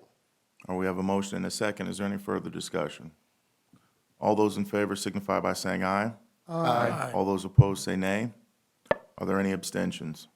Motion passes. Back to you, Curator Graves. Okay, our final action of the day is the new degree program proposal for the Master of Science in Biomedical Engineering at UMKC. That's already basically been covered. Does anyone have any additional questions for Dean Truman on this subject? If there are no further discussions, may I have a motion, a second? Oh, did I miss one? No, welcome back. I'm back. No, the two were put together because it is a 5-year program essentially, and the master's degree program does support the research mission that we have. It will be a course option, but the significant part there is the undergraduate tuition piece, which will increase the enrollments in that master's program. Okay. So I'm happy to answer questions. If there's no further discussion, may I have a motion and a second from the committee that the new degree proposal for a Master of Science in Biomedical Engineering at the University of Missouri, Kansas City be approved? So moved. Second. All right, we have a motion and a second. All those in favor? Aye. Aye. Opposed? Abstentions? The motion carries. Mr. Chairman, on behalf of the Academic Student Affairs, Research, and Economic Development Committee, which we need a shorter name because I can barely say that, I move to recommend to the full board that the new degree proposal for a Master of Science in Biomedical Engineering at the University of Missouri, Kansas City be approved. Second. We have a motion and a second. Any further discussion? Hearing none, all those in favor say aye. Aye. Aye. All those opposed say nay. Motion carries.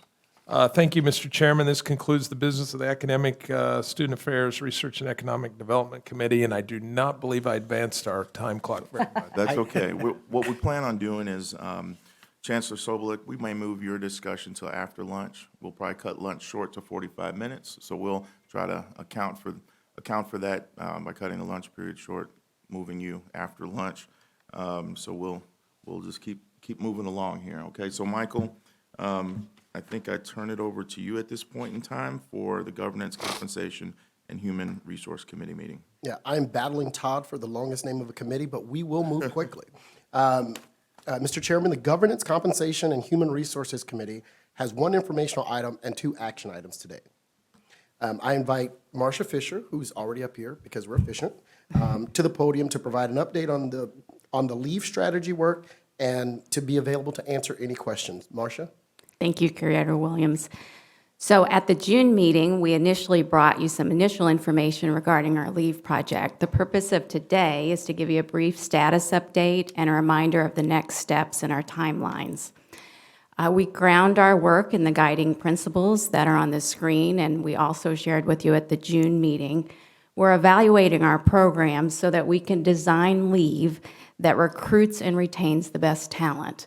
We've not had a comprehensive review of our LEAVE program for a while, and in today's challenging job market, now's the time to do it. Why the importance of LEAVE? It's a highly demanded benefit by employees. Again, it's a challenging job market.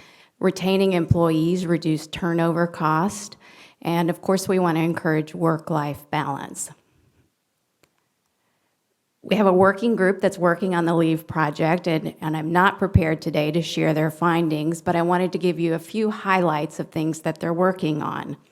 So they're working through the details, and you'll see some priority areas. Of course, they're grounding themselves in our guiding principles.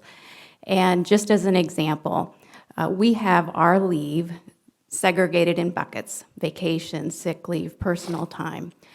Organizations have moved more to our PTO-type bucket, so we're evaluating that. If you're a new employee at the University of Missouri and you're looking at your offers that you have, you probably go look and see how much vacation time is there offered. You might not look at how much sick time is offered because that's really a discounted benefit. So by the way we have our design, we're really kind of hurting ourselves. So again, this is very much about looking at how we design the leave program so that future employees want to come here. A second thing to think about is we're a very complex organization with many different types of jobs and roles. So for example, healthcare might have a different type of leave than some of the campus. So those are just some of the things that we're digging into as we're looking at this. Really very important project in this job market. So reminding you of our next steps, that we'll continue to do our work through some of these complex and detailed questions in what will we recommend to the board as an appropriate design. And we'll bring in February recommendations to the board, not for a vote at that point, but just as where we're at on the design. And then we'll have further vetting, refinement, so forth, February through June, with the expectation of bringing to the board in June a final vote on this design leave project. I have to tell you, I'm really excited about this project, and I think the working group is too, because we're excited about how we can best use this investment to attract the talent that the university needs today, and how we can retain our staff and be able to best deliver services to the university.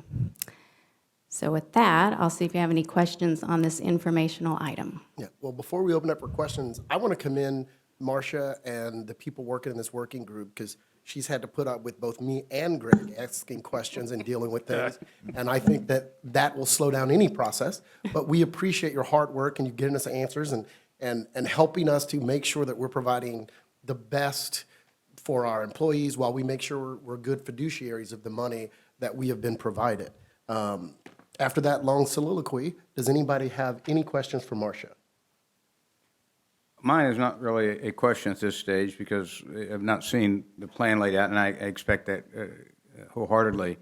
I just want to keep driving home the point that we have to look as to whether or not our benefit programs are sustainable relative to the salaries, and we don't we don't get the benefit program so high that we're not sustainable long-term, that forces the cost of our education up over things like these benefit programs. So, Marcia, you and I have had numerous conversations over this topic, and this is nothing new to you.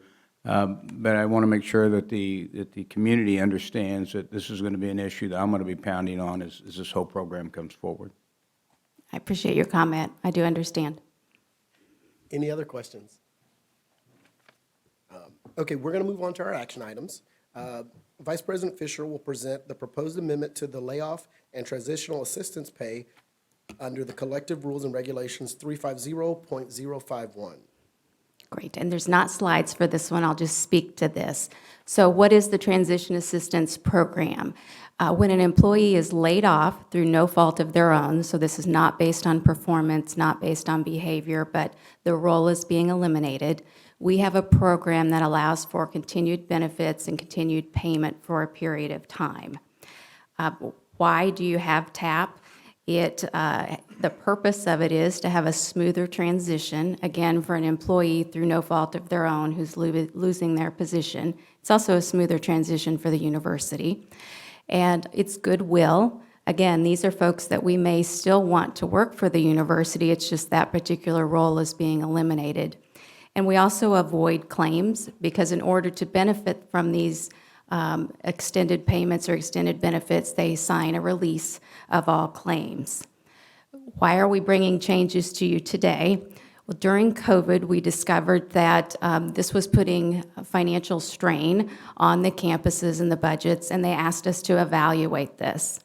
So as we further evaluated the program that we're offering, and we do value the program, it looked like the comparator data, it's more common to have a notice period of 30, 60, 90 days, that we were on the richer end for this benefit. And to Curator Holbrock's point, in effective use of benefit spend, this is not a benefit that really you use to recruit or retain employees. We do value it, but it's not an area that you want to be over-investing in. So the revisions that we're asking you to make today is that it would still have a minimum of 4 weeks, but the maximum would now be 10 weeks. Currently, the maximum is 20 weeks, and there's asking for a $25,000 cap versus a $50,000 cap. Now, if you've been at the university for 10 years or less, the 4-week minimum will apply. So really, to get that 10 weeks, that's someone who's been at the university for 20 years. And also, there's a change in the benefits. The benefits would track the weeks in the new revision. Currently, the benefits continue 3 to 6 months, depending on years of service. So again, we do value this program for those purposes that we stated: goodwill, smoother transition, benefits to the university as well as the employee. But it is important to have it at a level that is sustainable and that is in line with the market. Any questions on this one? What's the cost on this program? So it does depend on how many layoffs that you have. And oops, I need to get a smaller folder that fits up here. Just ballpark. Yeah, so between fiscal years 2016 and 20, it ranged from $905,000 to $3.1 million. So the cost savings is ranging from $500,000 to $2 million. Okay. And let me, if you don't mind, to back up to the leave strategy. What's the savings on that? The leave strategy, well, we haven't brought you a recommendation yet. So I don't think I can. Do you have just a ballpark idea, or? I really don't. Okay. Yeah, Jeff, they're still at the planning and evaluation phases, and Greg and I have seen some stuff on it, but there is no recommendation yet, and it's kind of trying to, take this and make it this, and so we don't know because we haven't figured out what the leave is going to look like when you go from 7 different programs to 1 PTO program. Thank you. But Jeff, I would add that from my perspective, in working with Marcia, that I expect the total cost of the LEAP program to be less than we're currently paying. Right, but I've just wondered if we were targeting X amount of savings there. Oh, I have a target in my mind. And I would say You may the, not be the only one. Yeah. Speaking of things we're going to discuss in closed session, Oh, okay. and I think if I could just emphasize the and, that I understand the desire for cost savings, and the and is to be market competitive so that we can recruit and retain, which is also an important component. Thank you. are there any additional questions? If none, can I have a motion and a second from the committee that section 350.051 of the university's collected rules and regulations be amended as set forth in the board materials? So moved. Second. We have a motion and a second. All those in favor signify by saying aye. Aye. Any opposed signify by saying nay. Any extensions?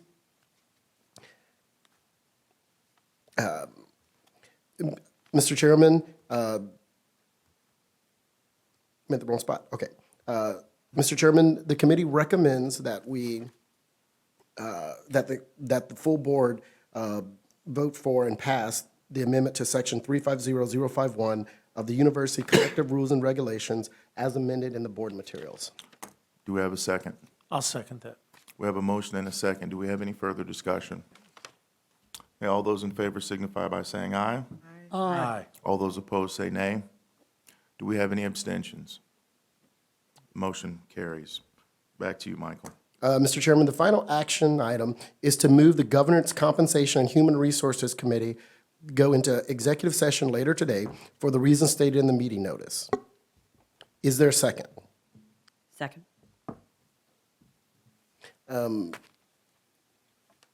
Cindy, do I ask for the roll call? Yep, it's just a No. Cindy, can you do a roll call of the board? Or the committee, I'm sorry. Curator Burnsick? Yes.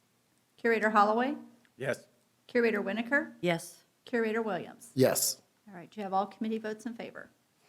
Mr. Chairman, that concludes the business of the Governance, Compensation, and Human Resource Committee for the public session. All right, thank you, Curator Williams. Good report.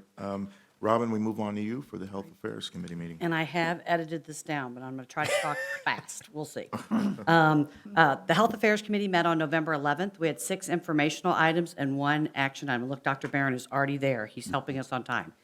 The recent Health Affairs Committee meeting allowed us to review a busy, really a jam-packed few months. I want to repeat a few of the comments made during that meeting for the entire board. October was a month that allowed us to celebrate big milestones, which Dr. Barron will cover in his report. And on behalf of the Health Affairs Committee, we did extend our thanks to the staff for their commitment and expertise, as many of us attended events in October. Additionally, we hear about staff shortages around the country, and it certainly has been an area of concern for MU Healthcare. I want to make sure that the full board knows that the Health Affairs Committee commended our leadership team for hiring over 3,000 new hires this fiscal year to date. This takes a great team effort to bring talented people to MU Healthcare.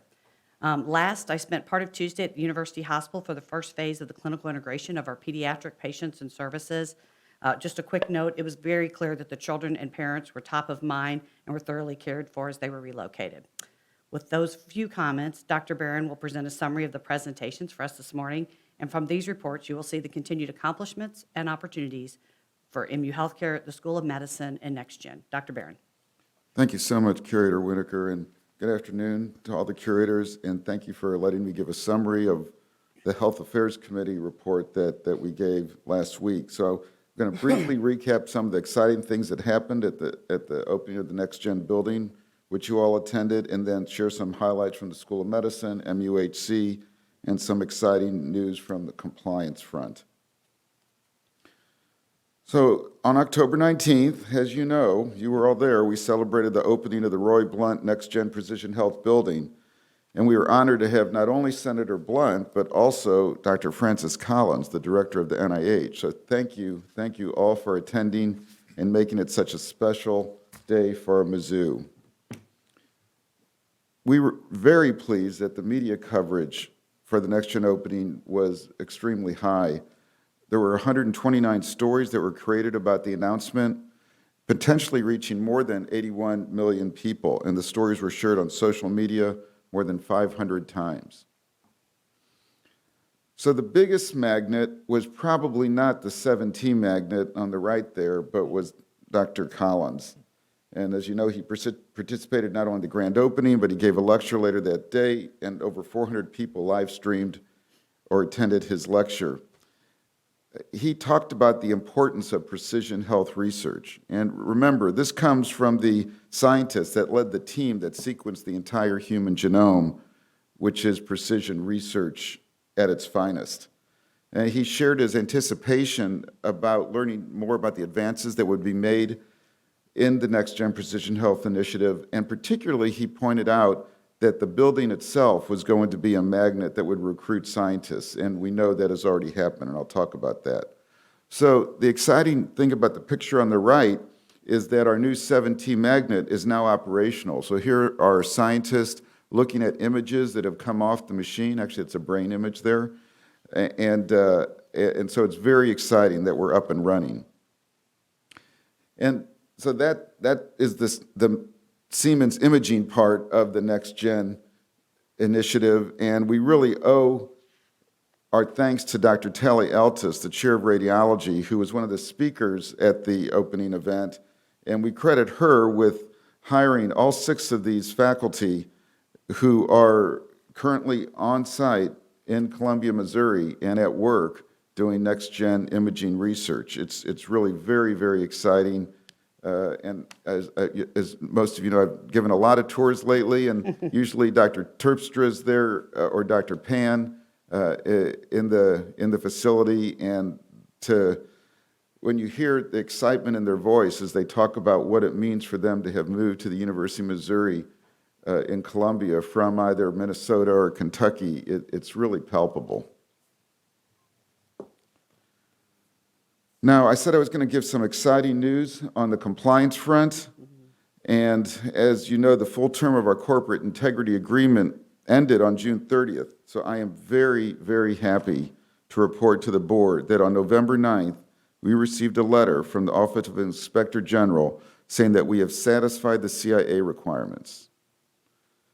They are moving us to the closed CIA listing on their website.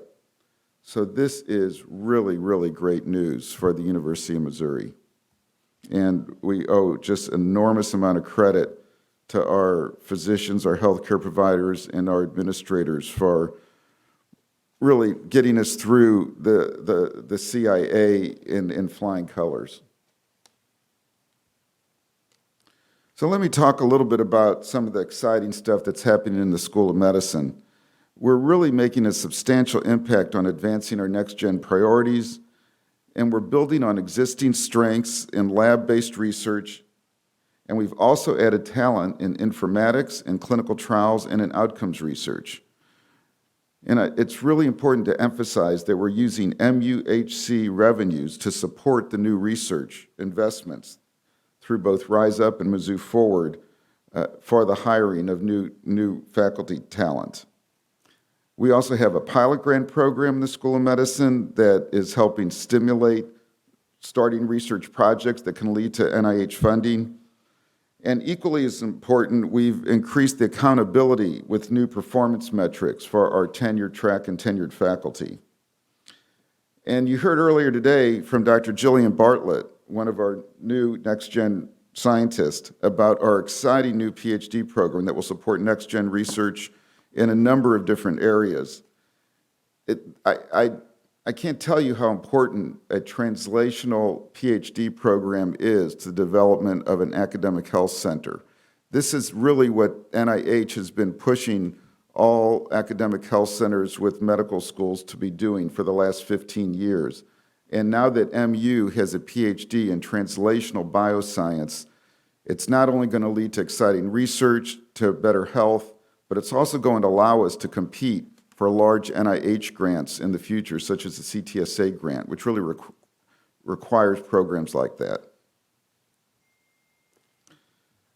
Our strategies have already had an impact, and we've seen the growth of AAU's Phase 1 expenditures that have risen over 50% over the last 3 years. And so far, even though it's not on this slide, we've seen our growth this year to date of 26% in our research expenditures at the School of Medicine.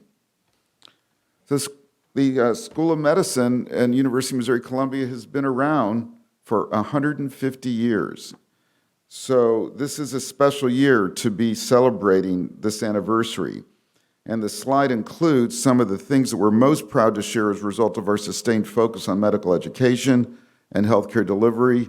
And I like to emphasize the second bullet, which is more Missouri physicians have received their medical degrees from MU than from any other university in the state. Springfield is part of the MU School of Medicine operation, as you all know, and since the last curators meeting, Dean Zweig and Jonathan Curtright and I went down to Springfield, and we had a ribbon-cutting ceremony at the Russell and Mary Shelton Springfield Campus Simulation Center. And in some of the pictures here, as you can see, that we visited with our partners at both Cox Health and Mercy Hospital, who continue to be very enthusiastic about helping train our medical students. Dr. Choi mentioned COVID across the system. Here's our MUHC COVID numbers. You can see that after the spike that we had in the late summer, we are trending down again. And because the COVID numbers have dropped so dramatically in the last month, we're happy to report that we can now sunset the MUHC incident and command infrastructure that was put into place shortly before we had our first COVID-19 cases. And actually, that was my first exposure to the University of Missouri, was when I started joining the incident command twice a day in March of 2020. So this is a nice set of pictures of the new Children's Hospital. Curator Winokur's already alluded to this, and it's just a good sign that our growth continues on an upward strategy with the groundbreaking of the new Children's Hospital. And thanks to Curator Winokur for making remarks on that exciting day. TJ, as you can see here, helped with the celebration, and I love this photograph on the right, which shows the sun rising in the east above the new construction site and above the Roy Blunt Next Gen Precision Health Building. So as Curator Winokur mentioned, Move Day was 2 days ago, and WCH the move happened and it was flawless. It was a really exciting day, and it just shows how committed the healthcare providers and the staff are to making this happen. No incidents at all happened on Move Day, and thank you, Curator Winokur, for being there and being part of the exciting day. Can I just throw in, I didn't want to delay this, Yeah. but you all had so much signage and welcoming your new pediatric colleagues as well as parents. I mean, it was really fabulous. I mean, it would be hard to get lost. And that probably was part of the challenge going into it. The team did a great job. Mm-hmm. So finance. To make all of these things happen, as I already alluded to, MUHC needs to have strong revenue performance. And these are new numbers. I'm really happy to report that October was an extremely good month at MUHC. We were able to clean up a great deal of our accounts receivable that had accumulated as a result of the Cerner rev cycle change that happened earlier in the summer. And as a result, we are currently now only $500,000 behind our budget, and our margin year to date is 5.7. So these really are, seeing these numbers earlier this week was very good news. Equally good news are our Vizient rankings on safety and quality, which continue to improve. So we received our FY21 Vizient numbers. We're now 18th of academic health centers in the United States, and the lower is better here. So it's 2 years in a row we're in the top 25. We continue with leadership changes in the C-suite. With the retirement of Dr. Mary Beck, we recruited a new CNO, and we are very excited that Shannon Fusick has joined the C-suite last week, and it was a good week for her to get on board with the move from WCH. So just to sum up, there's a few challenges that we know that we have. The School of Medicine continues to work hard to attract faculty and to deliver the best education and care for our learners and patients. Some of the specialty areas have been difficult to recruit into, partly due to COVID and partly because we're competing with other academic medical centers around the country that are vying for top candidates, as we are. And we also face some challenges as we merge the two campuses onto the main campus, and specifically how to allocate space and staff and faculty. And everyone understands that staying flexible during this exciting transition period and growth is critical to our success. On the MUHC front, we continue to have to improve the rev cycle process, and like the School of Medicine, focus on recruiting and retaining our talent. On top of these important topics, we must be aligned with Medicare expansion and caring for new eligible patients at our sites of care, which we are rapidly doing. The opportunities that growth provides MUHC will make a stronger and more nimble system to meet the needs of Missourians. And with that, I think I'll end my comments, and I'm open to any questions that the curators might have. Anyone? Okay. Well, we were allotted 30 minutes, and I think we did great, Dr. Barron. So, the only action of the Health Affairs Committee was to approve the minutes from the August 26th meeting, which were unanimously approved by the committee last Thursday. Mr. Chairman, this concludes the business of the Health Affairs Committee. Thank you, Curator Winokur. So right now, we will break for lunch and meet back at 12:30. At 12:30, that gives us 40 minutes for lunch, not 45, but I think that'll be sufficient, unless anyone has any objections to that. Okay, 12:30 it is. We'll be back at 12:30, and we'll start off with you, Chancellor Sobolik.